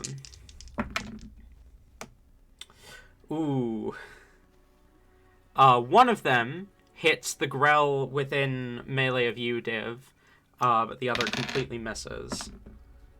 6 points of damage to your Grell. That brings us back to the top, start of round 3. Next round is when things are going to get significantly harder. Hellebore, you close in on the next area. You see there are 4 actively transforming commoners here, as well as a Grell that kind of shimmers with arcane energy. And you see as well 3 intellect devourers kind of beginning to corner a couple of commoners that are kind of backed up against the side of the big tent. As you get up onto this scene, I assume you're going for the transforming people? Yes. That is the easiest target and what makes the most sense to her right now. This is where we... Hellebore is not the, She gets down to business. She's not worried about these people right now. Yeah, fair enough. And to be fair, these things are like moments away from jumping about 6.5 challenge ratings. Yeah, there's also that. 29 to hit. Definitely. Alright. These things' armor class is less than 10. Before they transform. Just on the slashing, that's 16. Dead. You split the first in 2. Do you also split it by the stomach to see if they're the same? I think so, yeah. As you split it by the stomach, again, brain matter kind of spills out from the wound. Yummy. Curse this fiery form. She goes, and we'll swing at one of the other ones. Roll to hit.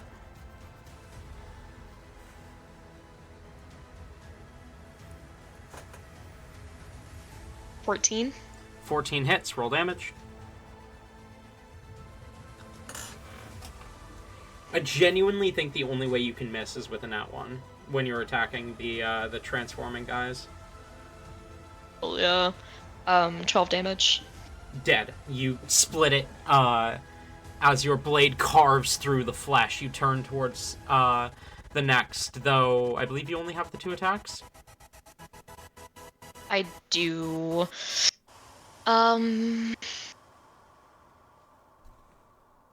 mm, Yeah, I think she's too focused right now to really do much more.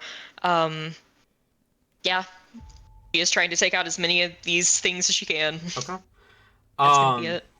Heli, from your aerial point of view, Aspai and Tenebris continue to fight back against the encroaching Illithid army. Neither of them seem to be tiring quite yet. That brings us to Philly, who has been released from the one Grell, and is going to...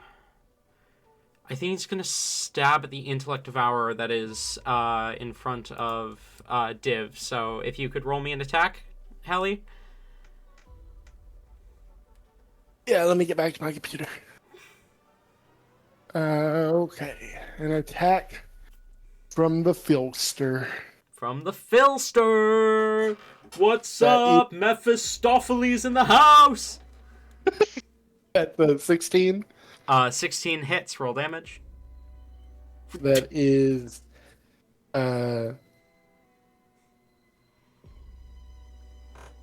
16 piercing and 6 poison. And it is dead, as his stinger pierces the Intellect Devourer in front of you, Div. It kind of curls in on itself, and he kind of flutters back. That brings us to the Illithids. Hellebore, despite the scene that you have caused, the Grell and the Intellect Devourers do not even seem to notice you. One of us. As you hear the Grell kind of strike out at the commoners, as it kind of lashes forward with its tentacles, and kind of grabs one of the commoners cowering in the corner, kind of lifting this what appears to be a young kid off the ground. You hear the kind of screams of terror from the child's parent before that is a fail on the intelligence save against the Intellect Devourer. Oh, that is a lot. That is more than 10. As you see, the Intellect Devourer connects with one of the two adults, and it just collapses to the ground, unmoving. Eyes wide, heart still beating, but just catatonic. One of the other Intellect Devourers is going to move up, and you don't see what happens, but the unconscious parent kind of stands up again, fear in their eyes, as they kind of grab a hold of the other's shoulder, and you hear them mutter in Infernal. Do you speak Infernal? I do not. You don't hear what they say, but it seems to slightly comfort their companion. The third Intellect Devourer is going to attempt the same... Natural 20, okay. The other parent is fine for now. The kid is paralyzed, but alive. Div, the Grell within melee of you is Sanctuary. going to make a wisdom save and rolls a 16. It's fine. That is the DC. That sucks. Damn, okay. And then that's going to be a 20 to hit. Yeah. Could you roll a con save for me? No. You take 7 points of piercing damage as the tentacle lashes out at you. Okay. Con save is Fails the second wisdom save, though. Good, because I was about to say, apparently that no was foreshadowing. For what is that going to be? A total of 9. Ooh, that I think. fails. 9? 9. Yeah. You Fuck. are... This is so punishing if you fail. You are poisoned for a minute. While you are poisoned, you are paralyzed. You can repeat the con save at the end of each of your turns, but you are also grappled and restrained while grappled. How much damage did you say it did? 7. Okay. As you are lifted up by the tentacle of this grell, you are poisoned, paralyzed, grappled, and restrained from a single attack. Yeah, well, fuck you too. As you are lifted up off the ground, the malice kind of radiating off this thing into your mind, that brings still this turn, actually. Hang on. The Mind Witness is not happy about you, Vemfer. I'm chilling. I don't know what you could possibly be talking about. So I need 3 saving throws from you. Ah! I need a charisma save, a intelligence save, and a dex save. Okay. As 3 beams shoot out from its eye stalks towards you. Charisma's a 15. Saves. What were the other 2, sorry? Intelligence and dexterity. Intelligence is a 23. Saves. You're going to take half damage from that one. Okay. And dexterity is a 19. Saves. Okay. Woohoo! You save against the aversion and slowing rays, but 16... 29.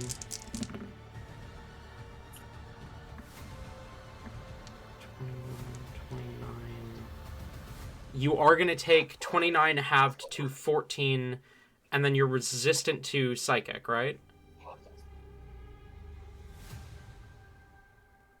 Vemver? Yes. So you take 7 points of damage. Oh, yeah. Um... Illithids fear me. As these 3 beams slam into you. One of them strikes you in the forehead, and your head kind of pulses a little bit with like a minor headache, but it's nothing. You're fine. The second Intellect Devourer is going to swipe at Rain, and I need an intelligence save from Rain. It does miss you by a lot. That's Damn a right 7. it does. 18 on intelligence? Saves. You're fine. This thing is hungry, and you are very smart, which is bad for it, ironically.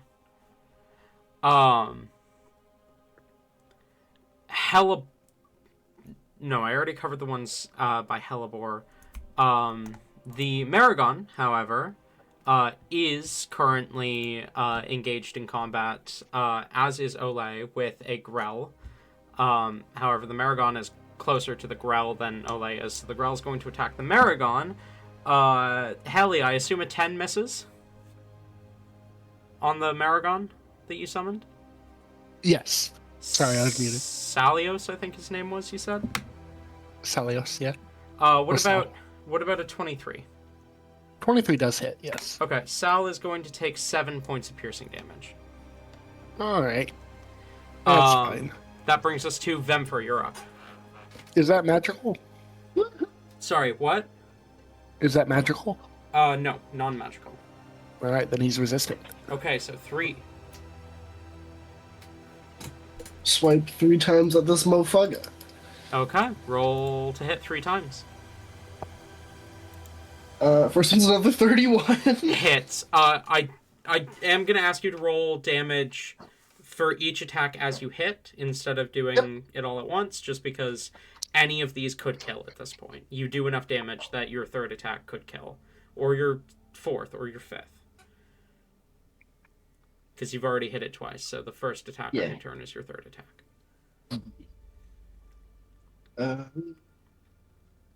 So first one is 21 damage. 21? Yes. Okay, it is still alive. That's a 30 to hit. Okay, it's probably not alive anymore, because your minimum is more than 3, right? Yes. As you drive your blade through the Mind Witness, it collapses, kind of split in two to the ground, and you hear the commands quiet.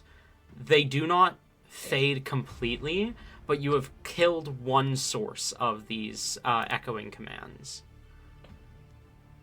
Can I see another one around?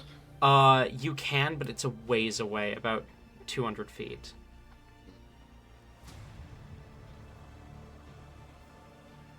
Damn. There is still the Grell that is grappling, restraining, poisoning, and paralyzing Div. And I guess we'll go get that. That's swiping at Rain. I guess we'll go get the growl and see attempt. Help me. Please help. We'll go try and help Div. Okay. We'll just slash at the tentacles, hoping Roll Div or hit. something. Woohoo! Natural 20. Jesus Christ. Okay. Oh boy. Okay. You really are a savior, huh? Yep. Look at me go. Savior of the Valley. Nah, Vemper saves. Just hard stop. She Vemfer saves. saves. Vemper saves. It's the Lily's savior, not savior of the valley.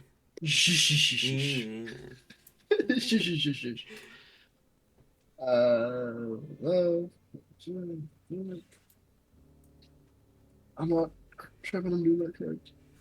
Okay, then that's 50 damage. You slash through not only the one tentacle holding Div, but also all of the tentacles and the bottom half of the Grell as it stops moving. Div, you are no longer restrained or grappled, but you are still poisoned and paralyzed. Div kind of it just kind of falls, wheels, and is kind of tries to catch himself, and it's like, "Thank you." You're paralyzed, Div. You are paralyzed. You cannot speak. Fuck, never mind. I specifically said you are still poisoned and paralyzed. Yes. To be fair, you said those one right after the other. They blended together. Yeah, because you were poiseralyzed. Anything else, Vemfer?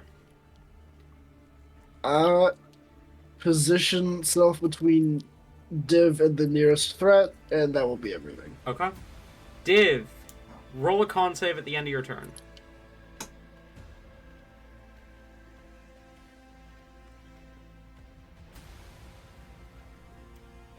Well.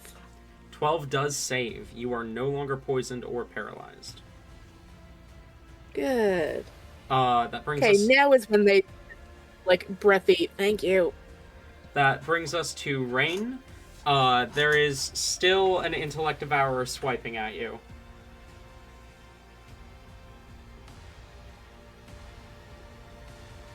Alright, it's time we take care of this guy. For good. Rain is going to attack with Thanatom. Okay, roll to hit. As you pull a relic, you do get some eyes from the city guard and the commoners you're protecting. It's okay. Rain's not Rain right now, so this is fine, guys. Yeah, fair. I forgot about that. Yeah, Rain's not Rain. 27. Hits, roll damage.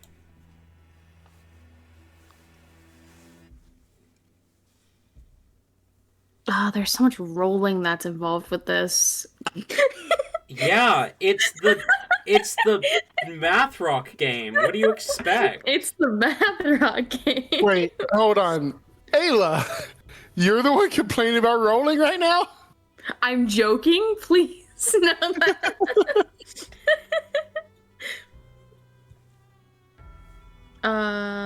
That is going to be 8 piercing. 8 points of piercing. Okay. Where's my D8? Where are ya?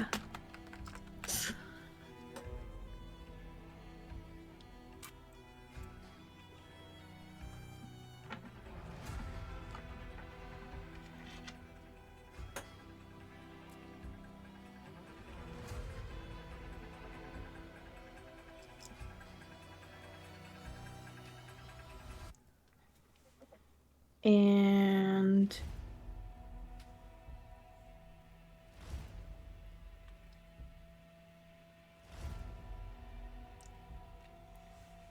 18 points of necrotic. Okay, you stab the intellect devourer and it stops moving. Good. With that intellect devourer dead, what is the next closest enemy? And who is it targeting? I know Div's still tangled up in their situation, right?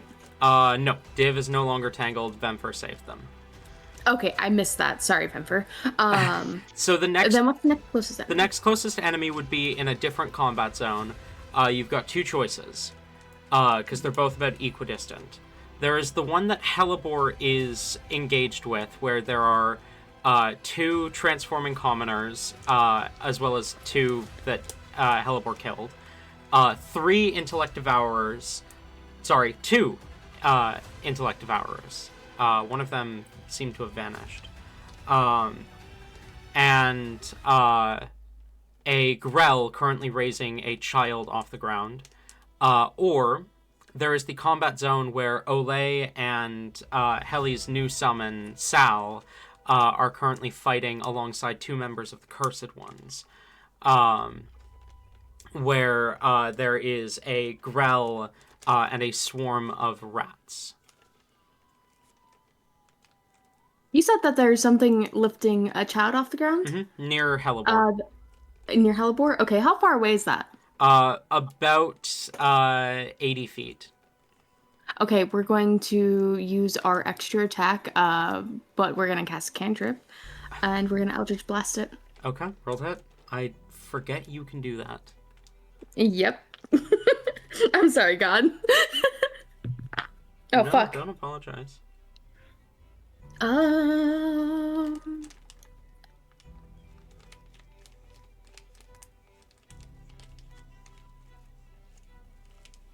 26.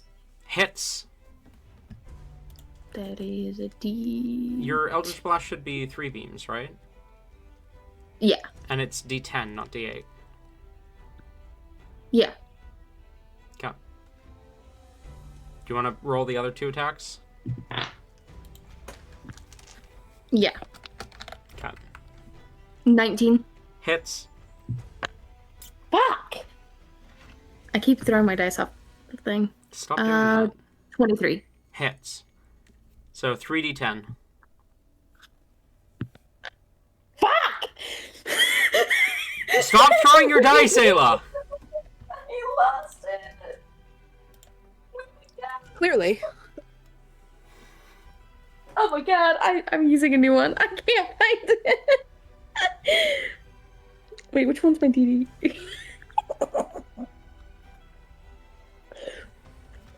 Guys, this is not working out for me.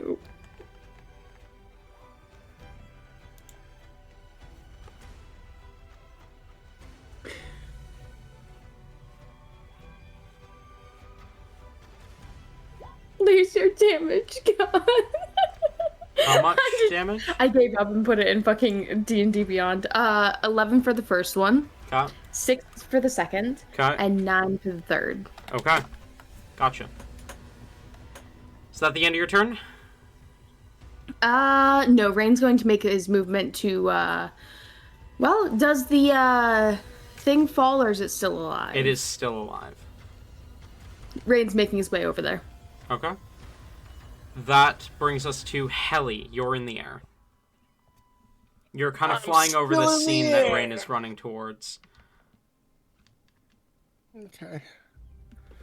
I think more of the same this turn. I'm gonna have Sal attack Okay.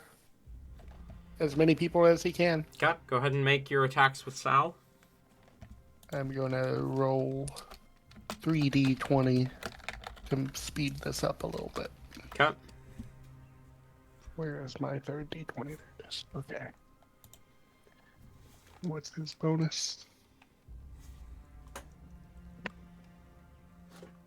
Okay, pretty sure all those hit. That's a 21, a 19, and a 25. Yeah, all hit. Roll damage.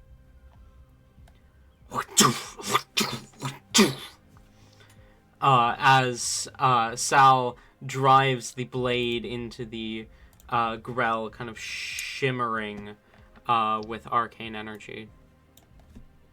Okay. One of them does 16. One of them. 16.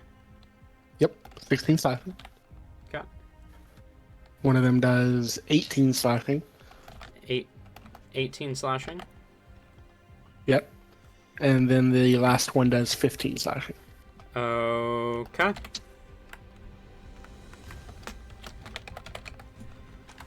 And that's my go. And then Ole will do what he does. Ole will be able to get into melee with the Grell that Sal is fighting. So if you'd like to go ahead and make whatever melee weapon he has, it's a spear, I think? Spear according to the sheet, yes. Yes, go ahead and make spear attacks for me. Alright, that is a 19 Hits. and a 17. Hits. Roll damage.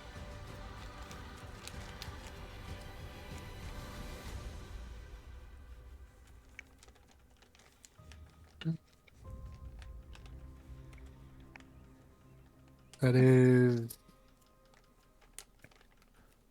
11 piercing and 2 fire damage from one. Okay. And then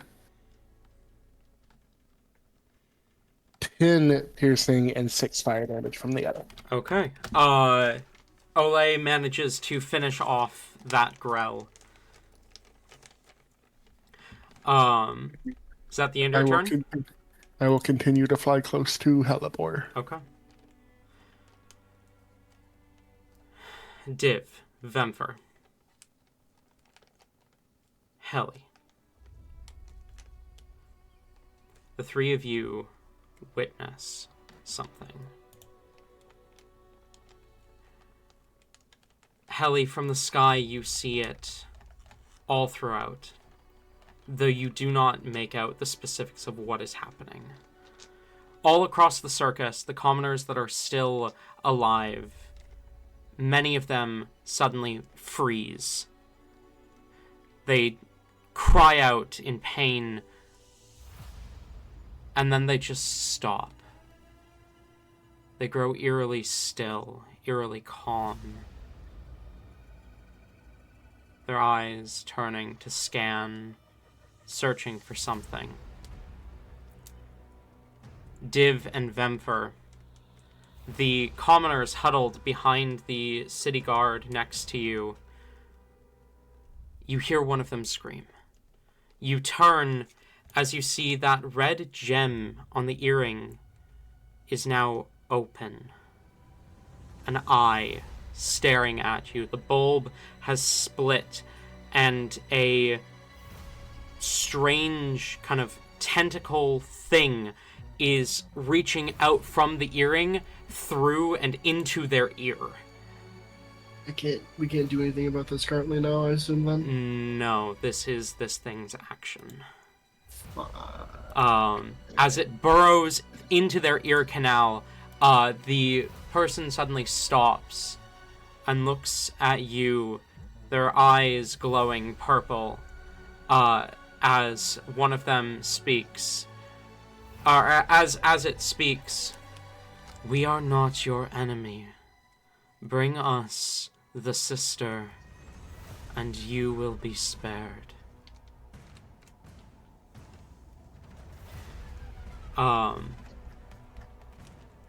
That brings us to the city guard, who are both suddenly very frightened of this, kind of spears pointed, kind of glancing at you two for instruction, as they kind of take a couple steps back away from this parasited commoner. At the top of round 4, Helly, you can see it, but all of you can hear it. As well as Rain and Hellebore, you two are close enough to 2 instances of this. The sound of tearing flesh. The sound of tentacles sprouting. The commoners who have been mid-transformation, their transformation completes. As newly formed mind flayers begin to rise up all across the city. Hair falling out. Sorry, not all across the city, all across the circus. Hair falling out as they kind of rise, floating above the ground. And a voice kind of echoes in all of your minds, including Hellebore's, as you hear the familiar voice of Aspai say, "Shit, we need to get as many people out of here as we can. It's no longer about... This is no longer about stopping the enemy. This is just about surviving. Make your way to the docks."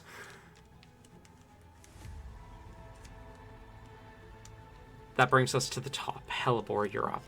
There are 2 mind flayers next to you now, as well as the Grell holding a child that has just been blasted by rain approaching, and 2 intellect devourers that are still trying to corner the child's parents. Oh, God.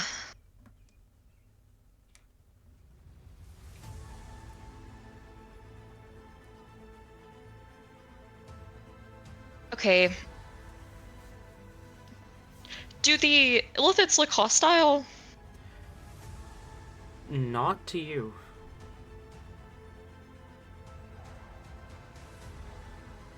They look like they are ready to slaughter this whole place to find the Lily of the Valley, but they don't seem to even notice you. Not yet.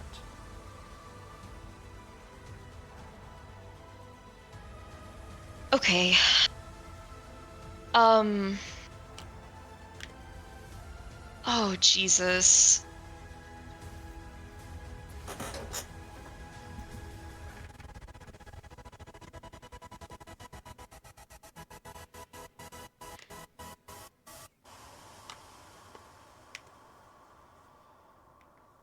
Is Hellebore too bloodthirsty? Is she too far deep in? Oh my god. I think that...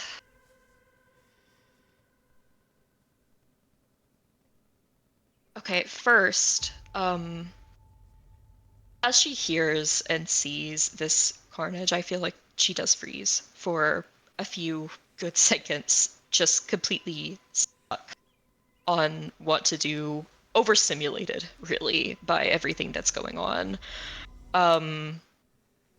She will just quickly, in her head, just scream out, "Dwergus, this is all your fucking fault! I can't believe this!" And, I did not is steal going the to- Valley's necklace. This was already happening. You took the barrier down! I barely did anything to it. It was already weakened.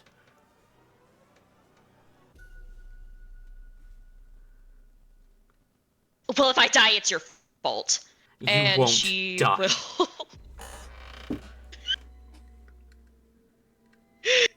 Bitches. She's gonna go for.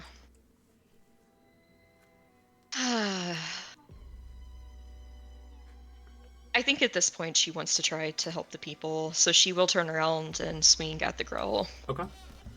Roll to hit. As you swing, you hear Dwergus's voice again in your mind, as he says, "Do not get sentimental on me now, Devlin."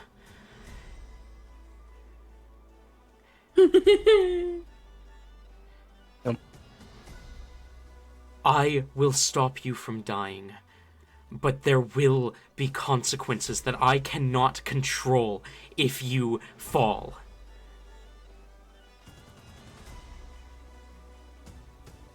$17. Hits. Roll damage.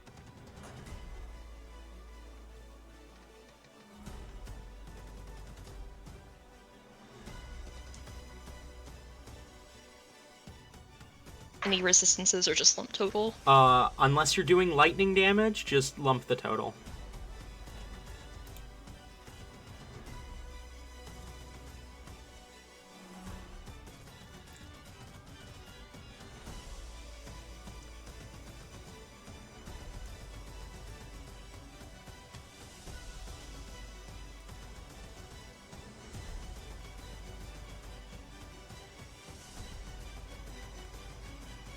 $49 damage. 49 points of damage. You split the Grell in two as the child, still paralyzed, drops to the ground. Well, what the fuck do you want me to do? Just run with my tail between my legs? Yes! You're saying we have no chance? You can't help, you can't do Look anything? around you, there are 400 mind flayers here! If even one of them gets their hands on you, our entire operation is fucked! Damn. This wasn't supposed to happen! This wasn't part of my plan! Why is he waking up now?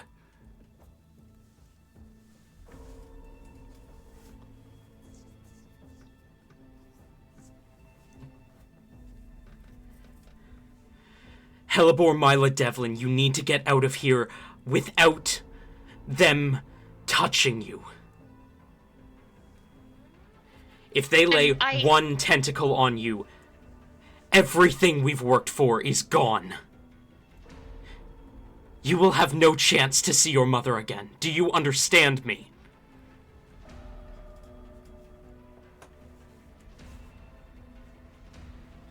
Fine.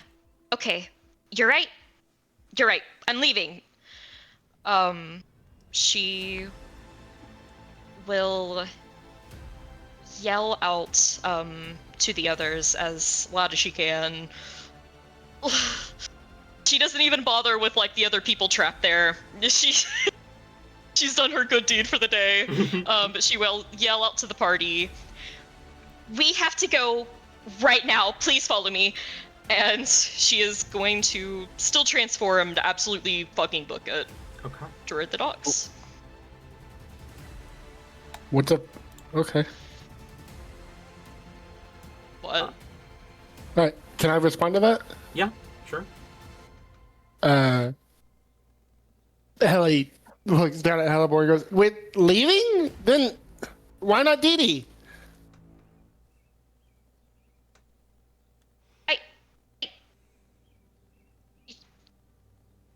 Wait, you're right. Yeah. If you could do that. We just gotta go right now. They can't touch me. Hurry, please. Yeah.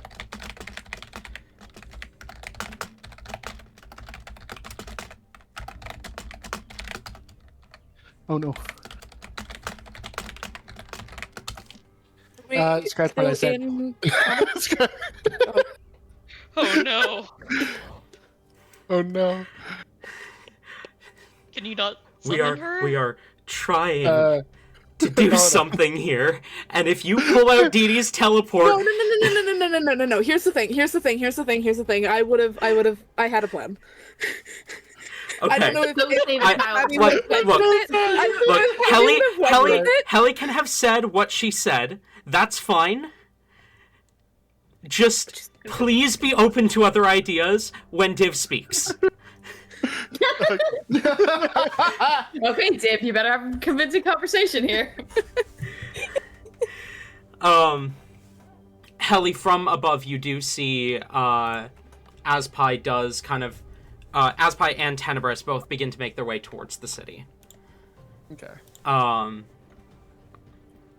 Philly does hear Hellebore kind of call out to run, and is going to go invisible. You still sense him as he is going to move kind of up to regroup towards you. Okay.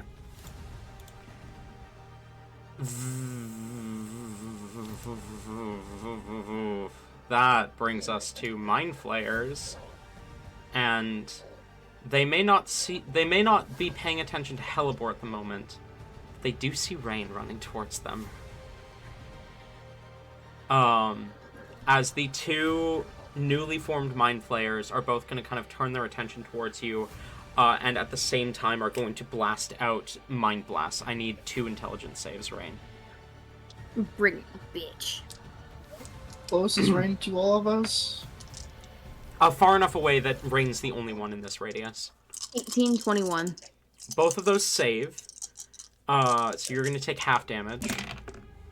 Ooh. Okay, but distance to Vemfer, how far? Probably about 60 feet.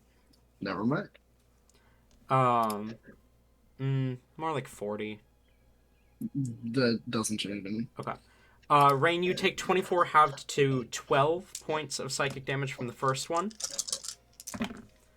And 22 halved to 11 points of 26 halved to 13 points of psychic damage from the second. All right.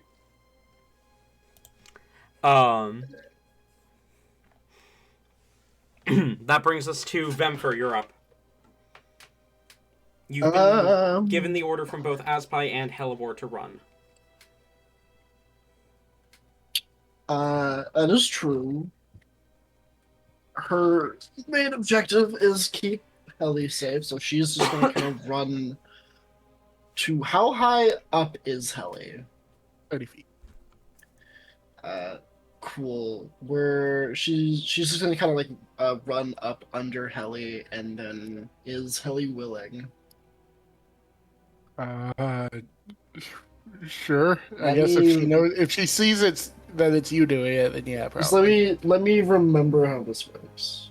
Okay, yeah, cool. So she's just gonna she kind of just aims her prosthetic up, and she's gonna shoot a wire up to Helly. That's gonna kind of not grab onto her, but kind of I mean, I guess kind of grab onto her. Yeah. Grab onto her, but gently. I was gonna be I don't want to fuck up her clothes though. How do I do this in a way?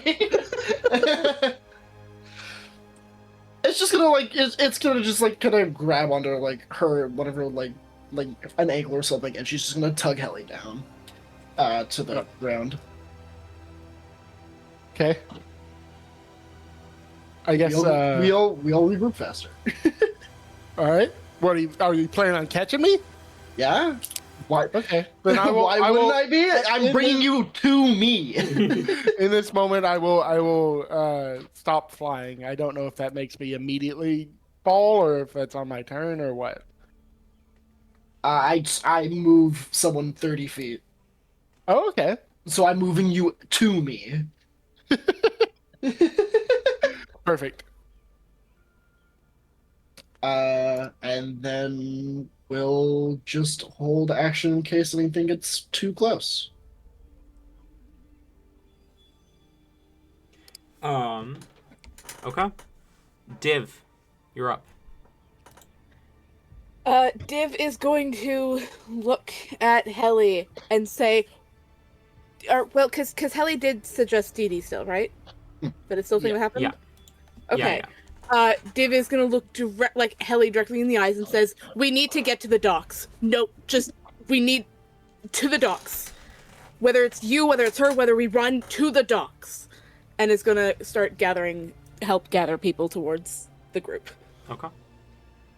Okay. Rain, you're up. How close is Rain to this child? Probably about 40 feet. Okay, so Rain can get up to the creature then. Rain is going to throw the grell is dead. The grell is Halvor dead? did kill Okay. it. Yeah. Okay, good. Yeah. And where's this child's parents? Cornered by a pair of intellect devourers. Okay,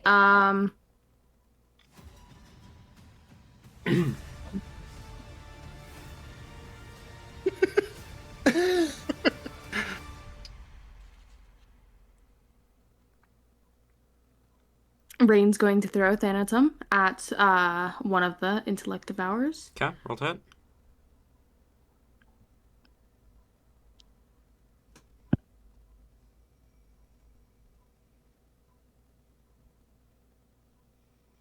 Does a 17 hit? A 17 hits. Okay, good. Come here, dice. That'll be 7 piercing. And just a moment while I add up all of these totals.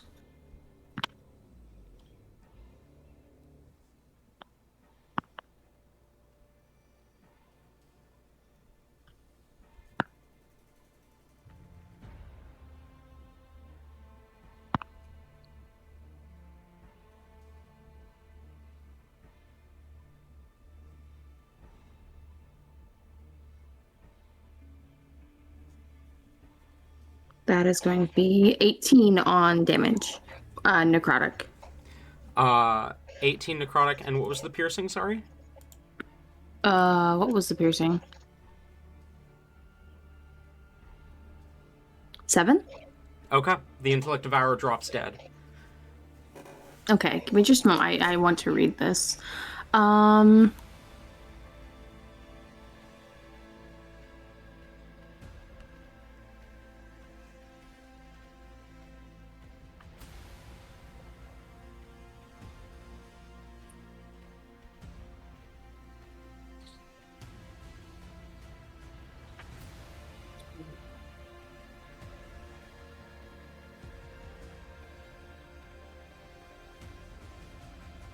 Rain is going to have Rain's not going to leave the child alone. Rain will have the dagger teleport back to him. But he is going to use his extra attack, Eldritch Blast, at the other guy. Okay. Roll to hit. That's an natural 20 on 1. Oh, damn, okay. 21. Hits. And 19. Hits. Okay. And now...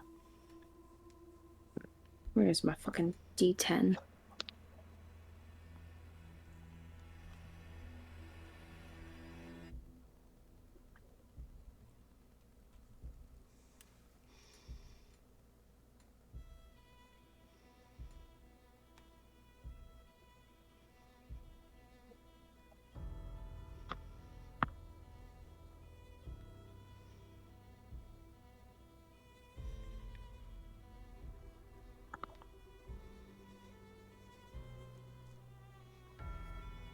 We use Jason crits for this, right? Yes, we do.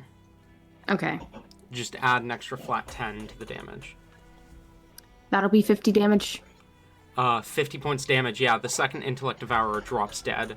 There are still the 2 mind flayers looking at you, but the child's parents do kind of immediately rush to grab the child. One of the mind flayers kind of turns to look at them. Rain is going to just call out to them and yell at them, "Get to the docks now!" And he's going to try to. Ooh.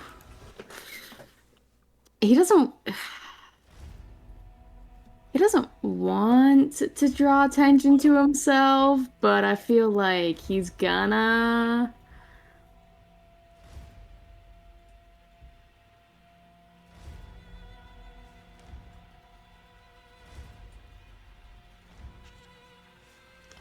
All right. Rain's used up pretty much everything he can this turn, so that will be it. Helly, you're up. Well, something about teleport is that we would need to all be together. It sounds like we're not. So, Not at the moment, no. but I know where we're all going, which is to the docks. So I guess we head that way. Okay, you turn and begin to fly towards the docks then?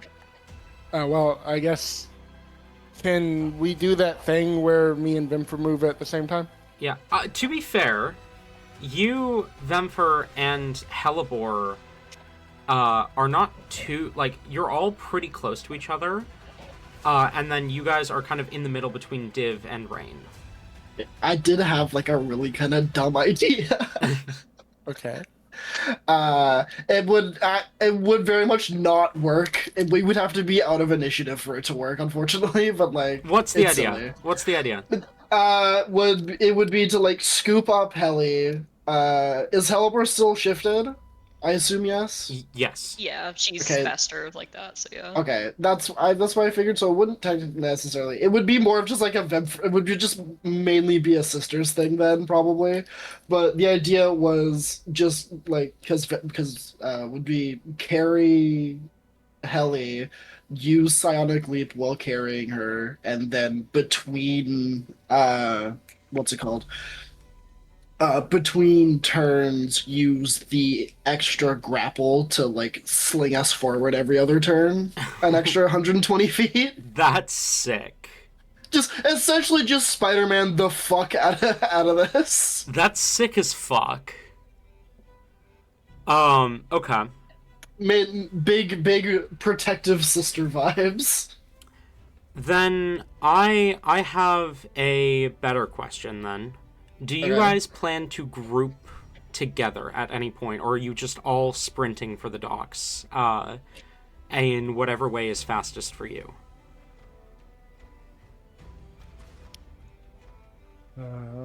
If they start running, then Div's just gonna start sprinting. But if they're gathering together, Div will group up. Rain is gonna try to make his way towards the docks, but he's sprinting also for the trying to help docks? out others. Yeah, he's trying to help out others if he can along the way. Okay.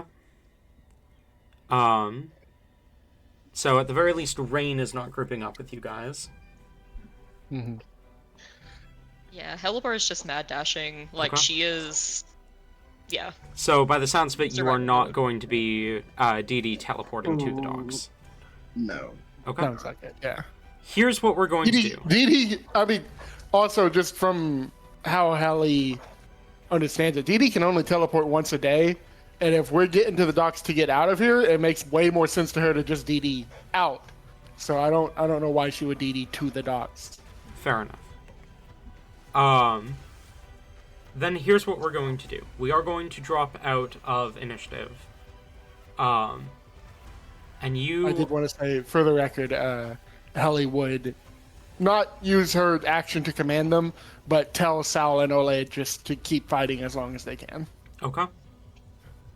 Because if they die, they come back to hell. Do It's you not a big deal. do you tell them specifically to try and save people or just fight? Yes. I think Ole would probably understand that more than Sal. Let me check Sal's intelligence. According to know- what I have pulled up, that's a 6. Yeah. So I'll tell them that, but we'll see how well Sal understands it. Okay. So here's what... I'll tell Sal to listen to Ole. Okay. Sal just starts like mercy killing people.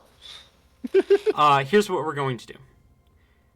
Each of you are going to describe to me what you are doing to get to the docks. Mad dashing or if you're planning to stop and help people on your way. I will take what Vemfer has given me already as her description, and assuming Helly is willing, I will count Helly as moving with Vemfer.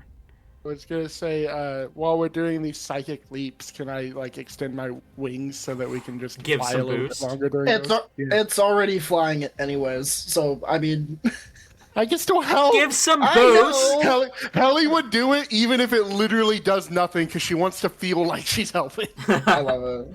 Okay. Okay, that does change how I imagine Vemfer, because I had like fully imagined Vemfer was clutching Helly to her chest. Oh, like what is that called? Cradle? Like- Yeah. Cradle Well, spell? I think it's the princess carry, isn't it? Something Oh, like yeah. that? yeah, similar, Okay, but that's more. fine. Yeah. I'll Yeah. accept So- this. Okay, cool. Bridal style, that's the one. There we go. That's what I said. I didn't hear it.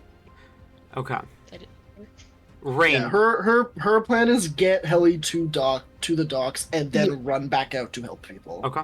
Sounds good. Rain, you said you were going to be trying to help people as you go? Yes. Okay. Be So, it through Thanatum, Eldritch Blasts, because he's got range for both of those. yeah. So what I'm going to ask you to do is roll me just a series of damage rolls. And I am going to roll 5 attacks against you. Okay. These attacks will be from various different creatures involved in this combat. Some of them will be saving throws instead of attacks. But they are just like... I'm not going to include any grapples or stuns or poisons or paralysis or anything like that. So it is just going to be the damage that they do. All right, hit me. First attack. As you run past a swarm of rats, they bite at your ankles. That's a 13 to hit. Misses. You easily, deftly avoid them. Second attack, you rush past a mind flayer and it fires a mind blast at you. Roll an intelligence save.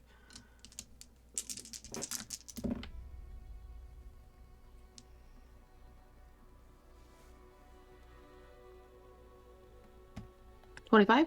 Saves. You are going to take 25 halved to 12 points of psychic damage. Third attack. A spectator fires a pair of eye rays at you. First one is going to be a wisdom save, and second one is going to be a con save. Wisdom is going to be 21. Saves. 18. Give me just a moment. I've got something for the con as well. 22 for the con. Okay, you take 16 halved to 8 points of necrotic damage from the wounding ray. Wait, hold on. How much damage? Sorry? 16 halved to 8. Okay. Fourth attack. A Grell is going to swing its tentacle at you. That is a 7. Misses. And the fifth and final attack. A Beholder is going to fire a single eye ray at you. That is going to be a strength save. Oh, fuck. Okay, this is not gonna be good, guys. 15. 15 just fails. As it blasts you up 30 feet into the air with its telekinetic ray, you hit the ground and take 12 points of fall damage. Okay. Now, I need 3 damage rolls from you. Don't roll the hit, just roll damage. You can choose whether... 3 Eldritch Blasts count as 1 damage roll. So you can choose whether it's like a single casting of Eldritch Blast for one of your damage rolls, or if it's Thanatum, or you can mix and match or whatever. Just 3 damage rolls. and 3 beams of Eldritch Blast count as 1 damage roll. Okay, we will do 2 uses of Thanatom, and I'm just rolling it here. Okay. Yeah. Go ahead. Just to make it quick and easy, I'm just rolling it all here real quick. Okay.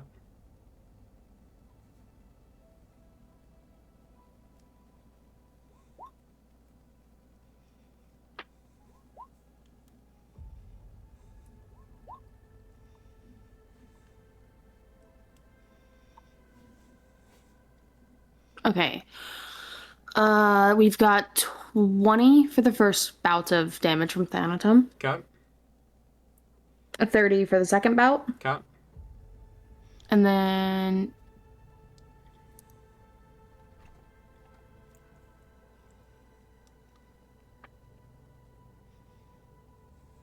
$27. 27? 26. Sorry, I fucked that up. Okay. 26 for blast. Okay. You managed to rescue about 4 groups of commoners as you run. They're grouped up in like 3 to 5, depending on how many. So you rescue about probably 18 commoners as you run through the circus. Div, what are you doing? Are you just dead sprinting, or are you trying to save people as you go? Or is there some specific magic you're using or anything? I love how I muted myself instead of unmuted. They are keeping an eye out on Rain. What would they fuck. And they will kind of take out anything on their way. Okay. As So- well as, yeah. I'm going to do the same thing with you. I'm going to roll 5 Yeah. attacks against you, and you're going to roll 3 damage rolls. Alright.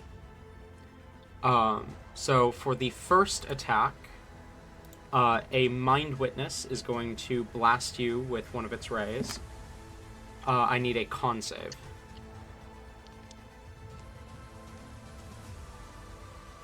16. Saves. You're fine. For the second attack, a Intellect Devourer is going to attempt to devour your intellect. Go ahead and roll an Intelligence saving throw.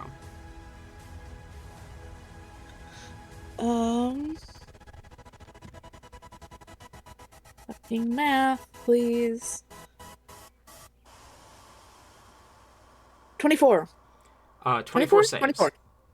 Yeah. For the third attack, a city guard that whose eyes are glowing purple and who has one of those earrings now barren of any jewel or gold, just simply the hook hanging from their ear, is going to swipe at you with his spear. That is going to be a 22 to hit. That hits. You take 4 points of piercing damage. Okay. For the fourth attack, a Mind Flare is going to swipe at you with its tentacles. Natural 1. Okay. And for the fifth attack, the same beholder that fired a ray at Rain, in the same instance fires a ray at you. Okay. Which... Oh... Okay, I need a dexterity save from you.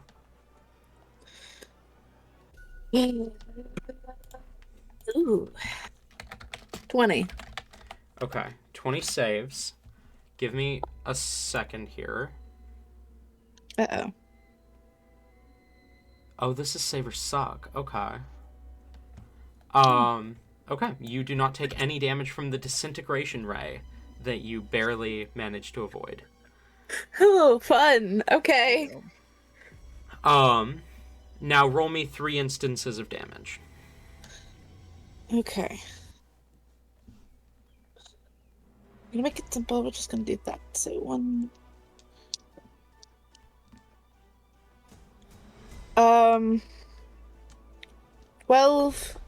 12, and 6. 12, 12, and No? 6. No, yeah.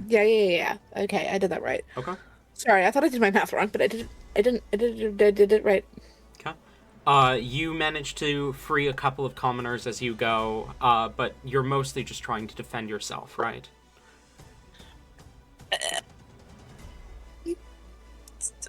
I mean, technically, because they're also purposely trying to get their attention onto them so others can escape. Mhm. They're trying to take out fuckers, so Okay. defending themselves because they're becoming the target. Okay, sounds good.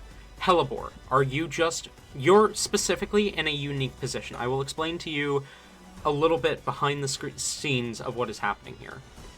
None of the members of the Illithid army will attack you because they will identify you as one of their own until you hit them.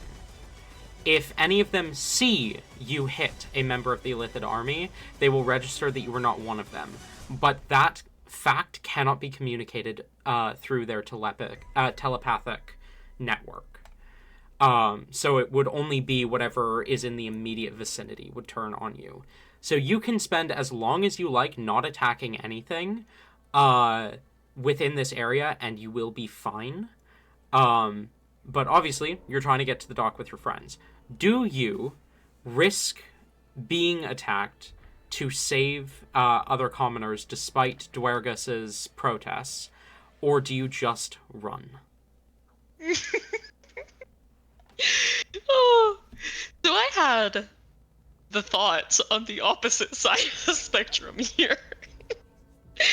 Oh, this is awful. Okay. Hellebore fully believes that Dwergus at least has her best interests in keeping her alive. So she is taking the single tentacle thing at face value. She is terrified to get anywhere near any of them. She's definitely not stopping to help anyone along the way. Okay. I will say that I imagine this place is probably a fucking madhouse. She's a large creature right now. She's going as fast as she can, and she is made completely afire. She will go through people to get to where she needs to go faster. So, you're a fire elemental, right? Yes. Can you go ahead and roll me 3 instances of the damage that you deal when you pass through a creature?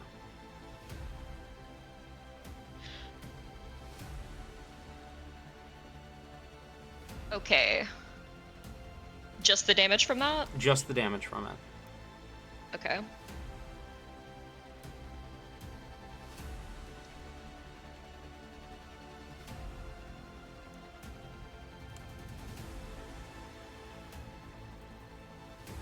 Remember, most of these people are commoners. They have 4 hit points max.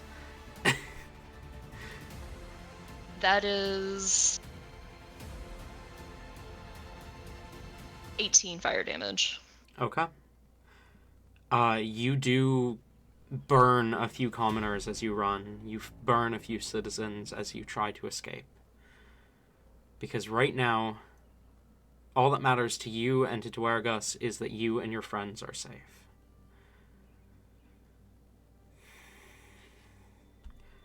As you run through the circus, through the Illithid army growing closer, you see city guardsmen fighting back, trying to keep the army out of the city. But most of them aren't giving chase. Most of them turn to search the circus, searching for an entity which is already gone.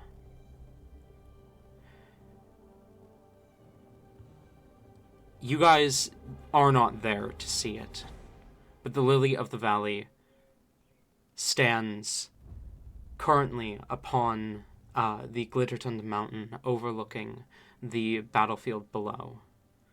A twinge of guilt as she clutches at the amulet that she took off Azpai's neck. She and Sakura have gone through this a few times now. They will find each other again. But for now, she needs to lay low. As she, still invisible, turns and darts further into the mountain range. leaving behind the life she had known, at least for now. Azpai tries to get as many of his carnies and of the carnival goers as possible towards the city. As the Illithid army grows angry, they turn towards the city, presuming that the Lily of the Valley must have been there. The city guard answers in full force. People dressed in leather armor, some wearing eye patches, many wielding curved blades, bearing the emblem of a flower that Hellebore would recognize as a peace lily. A black peace lily on a red banner flies high on one of the on a series of ships in the docks as these people usher the commoners towards these boats. An evacuation. This banner is recognized by Rain as well. You have seen the Dread Pirate's flag flying before. You have done dealings with this Dread Pirate in the past. At least with her crew.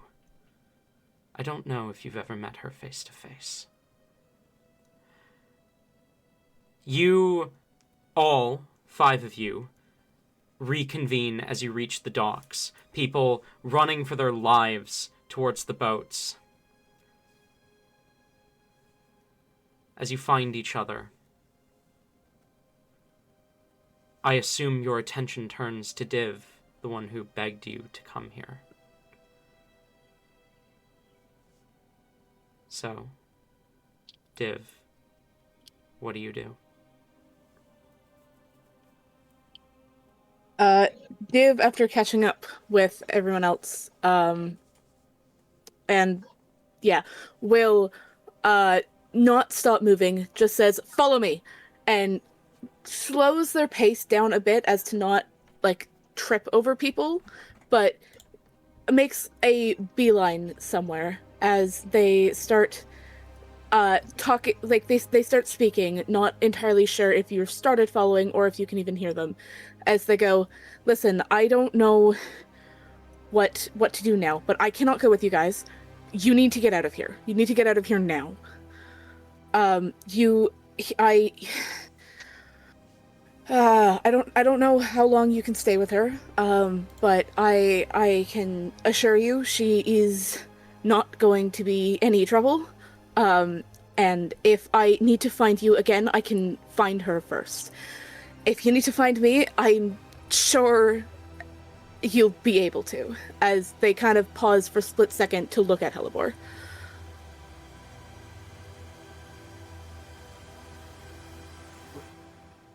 Hellebore just kind of like looks back in like stunned silence for a little bit before I do think at this point, since we're probably about to get on a boat, she is turned back into herself. Just a look of complete confusion. Right now? Where? Why? Like, Illithid's everywhere. What are you doing? This is rather abrupt, Div. I'm sure you have staying? an explanation Will you for be us. safe? I don't know, but I have things I need to do, and I cannot do them while having to constantly tell myself that one of you is not your father, and that I don't need to have the same emotions. I don't need to be afraid of you, Rain. I don't need to be angry or everything else. I don't need to get snippy with how I have to constantly remind myself all of these, and it doesn't always work. I have things I need to do. I need to go back. I need to find Barkley. I need to find myself, if anything. But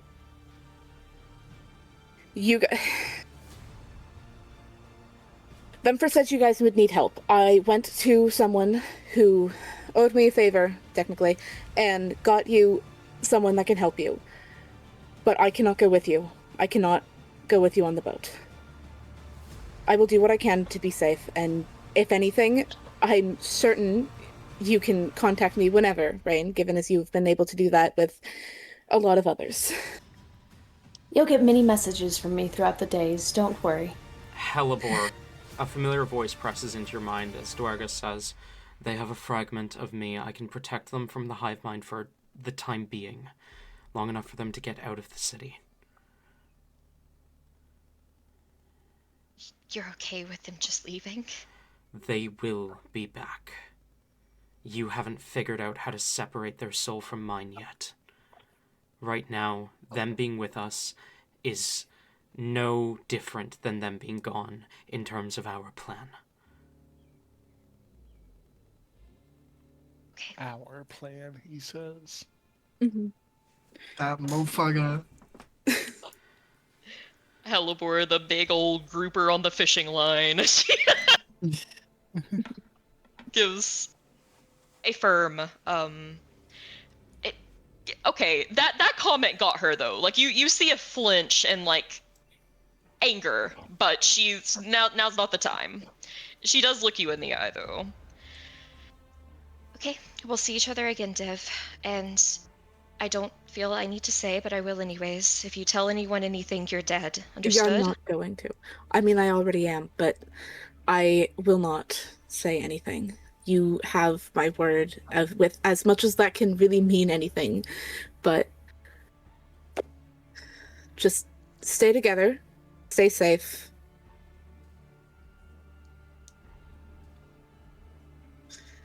You're staying here? No, I need to find my own way back to the kingdom. But before then, I'm gonna go find Sakura. I'm gonna go see what I can do to help them, as they've helped me before. Here. And they kind of pick up the pace again and go to a very specific area of the dock with a ship that looks almost the same as all the others, with the flag flying, except it is very obviously spotted as its sails are red rather than any of the regular, like, beige and white. As you approach the ship, you hear a voice call out, "Galus, we need to leave. We can't fit any of the refugees on the flagship." To which a voice calls out, "Captain's not back yet. Besides, she said we had guests." See, this is where Rain can totally do a little something to make more room. Go on. Like, what? Guys, How How much? much- okay, no, not the bag. No, wow. Rain has a magic mansion scroll for APS, please. That's nuts. Oh no. Shut the fuck. How many people are here? Just so I'm understanding the situation, we don't know these people on the boat, right? No. All right. Hallie will approach them. As you approach, you see the man who had called out towards Galus, whoever that might be, kind of turns, draws a blade, kind of points at you. "We don't have room for more refugees." If you let us on your boat, I can guarantee you a faster escape, and you will not be sunk. Roll persuasion. You're getting on the boat anyways. Oh, okay.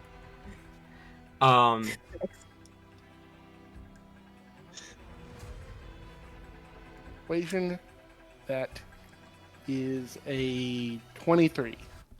You see he kind of lowers his blade slightly, as he kind of glances up towards the deck, where you see an elven man who kind of turns, and you see the boatswain, you still don't know his name, kind of glances up towards the elven man. He seems convinced by you, but looking for permission. As the elven man looks down, his eyes scan past you and land on Div. "Let them on, Jacob." The boatswain kind of nods and gestures for you to make your way up. Okay.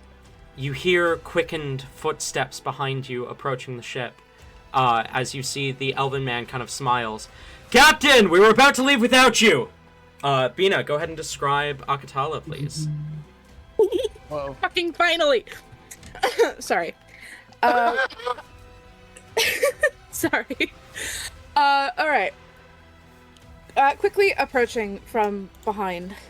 You see, it's a little hard to make out every single detail all at once, but you see a light bluish teal kind of jacket, very, very decorated, and like it's one of those long kind of two-tailed coats, very decorated. It has a couple colors and there's like patches all over it. At the moment, you can't quite make out anything.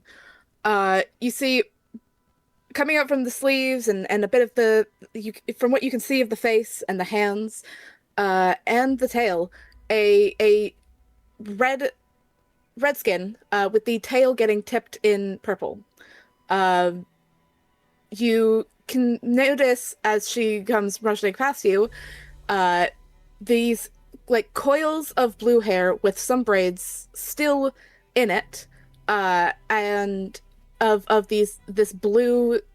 There's so many different shades of blue, it looks like, in these curls and braids, but they are also covered with a hat, the same color as the jacket, with, from what you can see, two large, like ram-like curled horns coming from, like, the hat is formed to fit around, or like in between them, so they come out of the head and wrap around this person's face.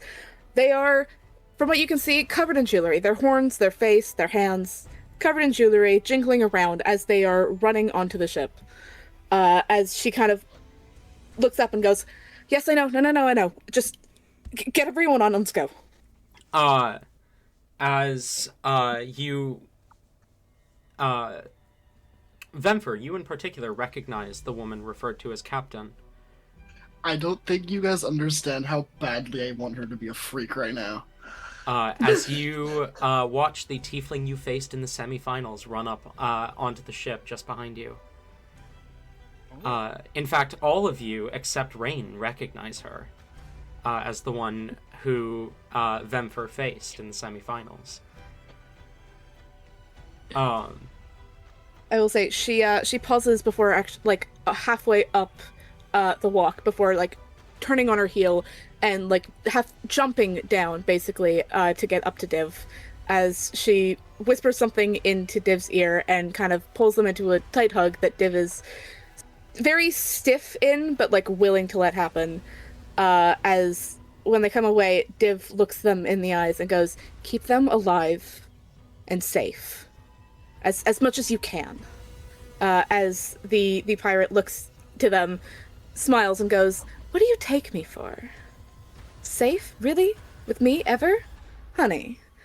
As the two of them chuckle and Akatala jumps back on the boat as fast as possible. Okay. The plank is pulled up, the sails lowered, the anchor raised as the ship immediately begins to take sail.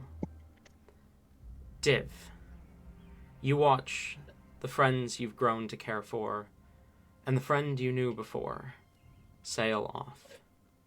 You turn and begin to make your way quickly along the edge of the city, trying to avoid the illithid threat, when a hand grabs you by the shoulder, and a all too familiar voice says, "Where are the others? Are they okay?"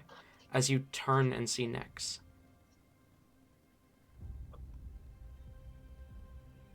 Hi, they're with Avinsky. At first, he looks confused, and then realization dawns on his face. "Okay. I have somewhere we can hide out. At least until this is over. Come on."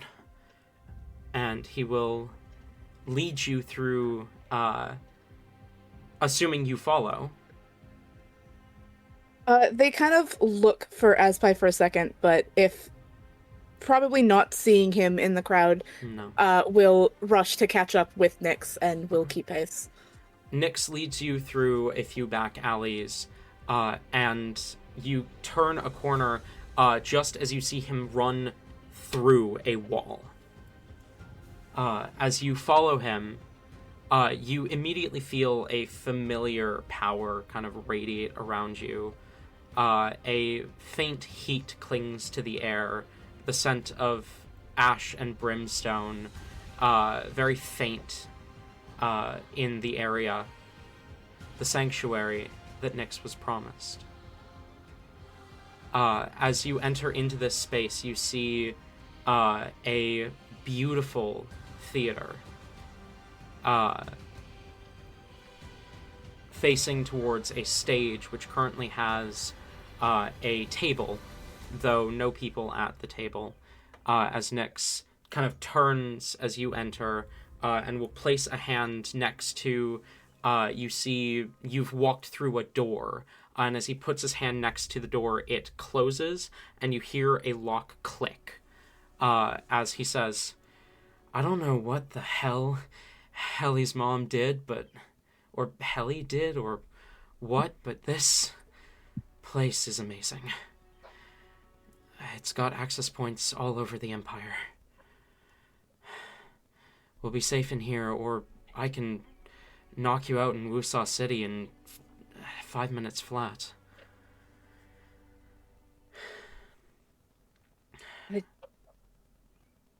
Wow, okay. The others are safe, though? As safe as they can be with the Pirate Lord. But... I just hope Rain didn't piss her off like he pisses off most of his clients. It's fine. She owed me, so she'll get them out safe and to a location safely. Okay. It's up to them after that to piss her off or not. All right. Thank you for keeping them safe.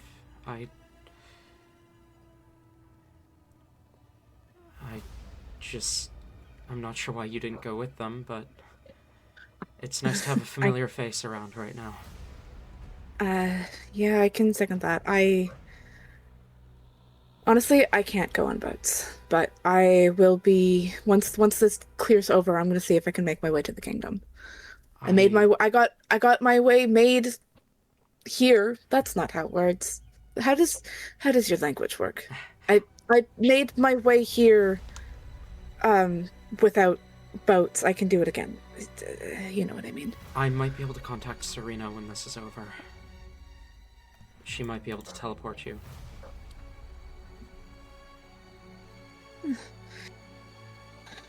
Well, let's wait till this is over before we make decisions. Yeah. Hopefully there will be an Adoria city left for us to come back to. If not, I'm sure something else will rise in its place. As the ship sails off into the setting sun in the distance, following first the canal and then out into the Cliffberg abyss, the crew getting themselves acquainted with their new guests, and said guests getting themselves acquainted with, particularly, Captain Akatala Ivinsky. No, you read it right the first time. Ivinsky. Yep. The amount of times I've corrected him in our text until he finally got it right. Also known as Pirate Lord Malitian, aboard the flagship Sanctuary,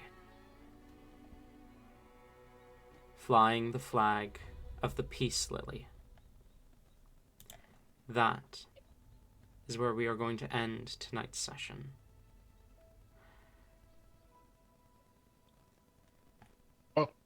Thank you all for coming, both viewers and players.